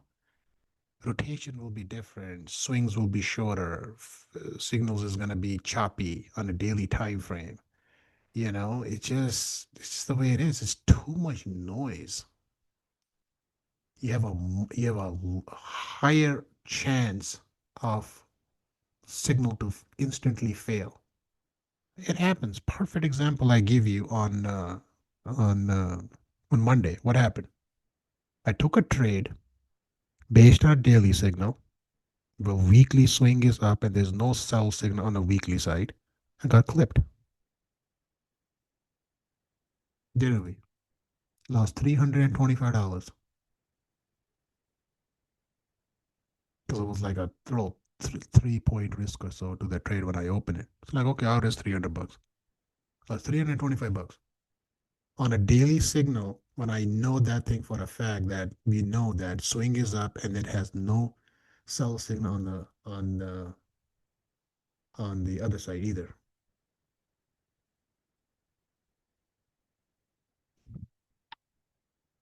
Yeah, it's weekly right there. So now if you go to a daily time frame, on the SPY. Oh, gee, I don't even know what the heck happened here now. Do you guys have this? I don't know what happened here.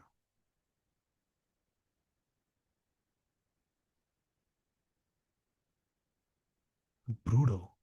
Look at that. 69. There's your imaginary crash.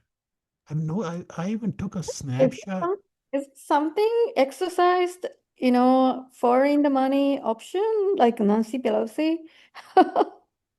No, I don't know. No, I can't. Come on. You're talking 69. You look, you see what happened. You had the same thing as well? No. Yes, I do. It's so annoying. Yeah, you have to, I know. You have to open up like this, expand it on the side on the right scale, Right. So if and I then want you to see just a long time frame, it's it looks gonna stay, sorry, it's gonna stay so there. Then the next week the candle is gonna open here now, then it will reset, you know? Because this happened this week.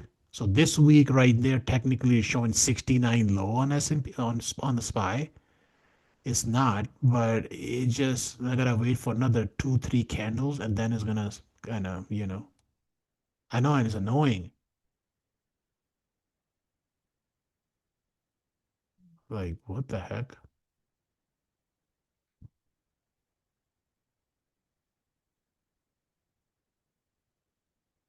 Okay, I gotta go. Have a good rest of the day. We'll stop this. Uh,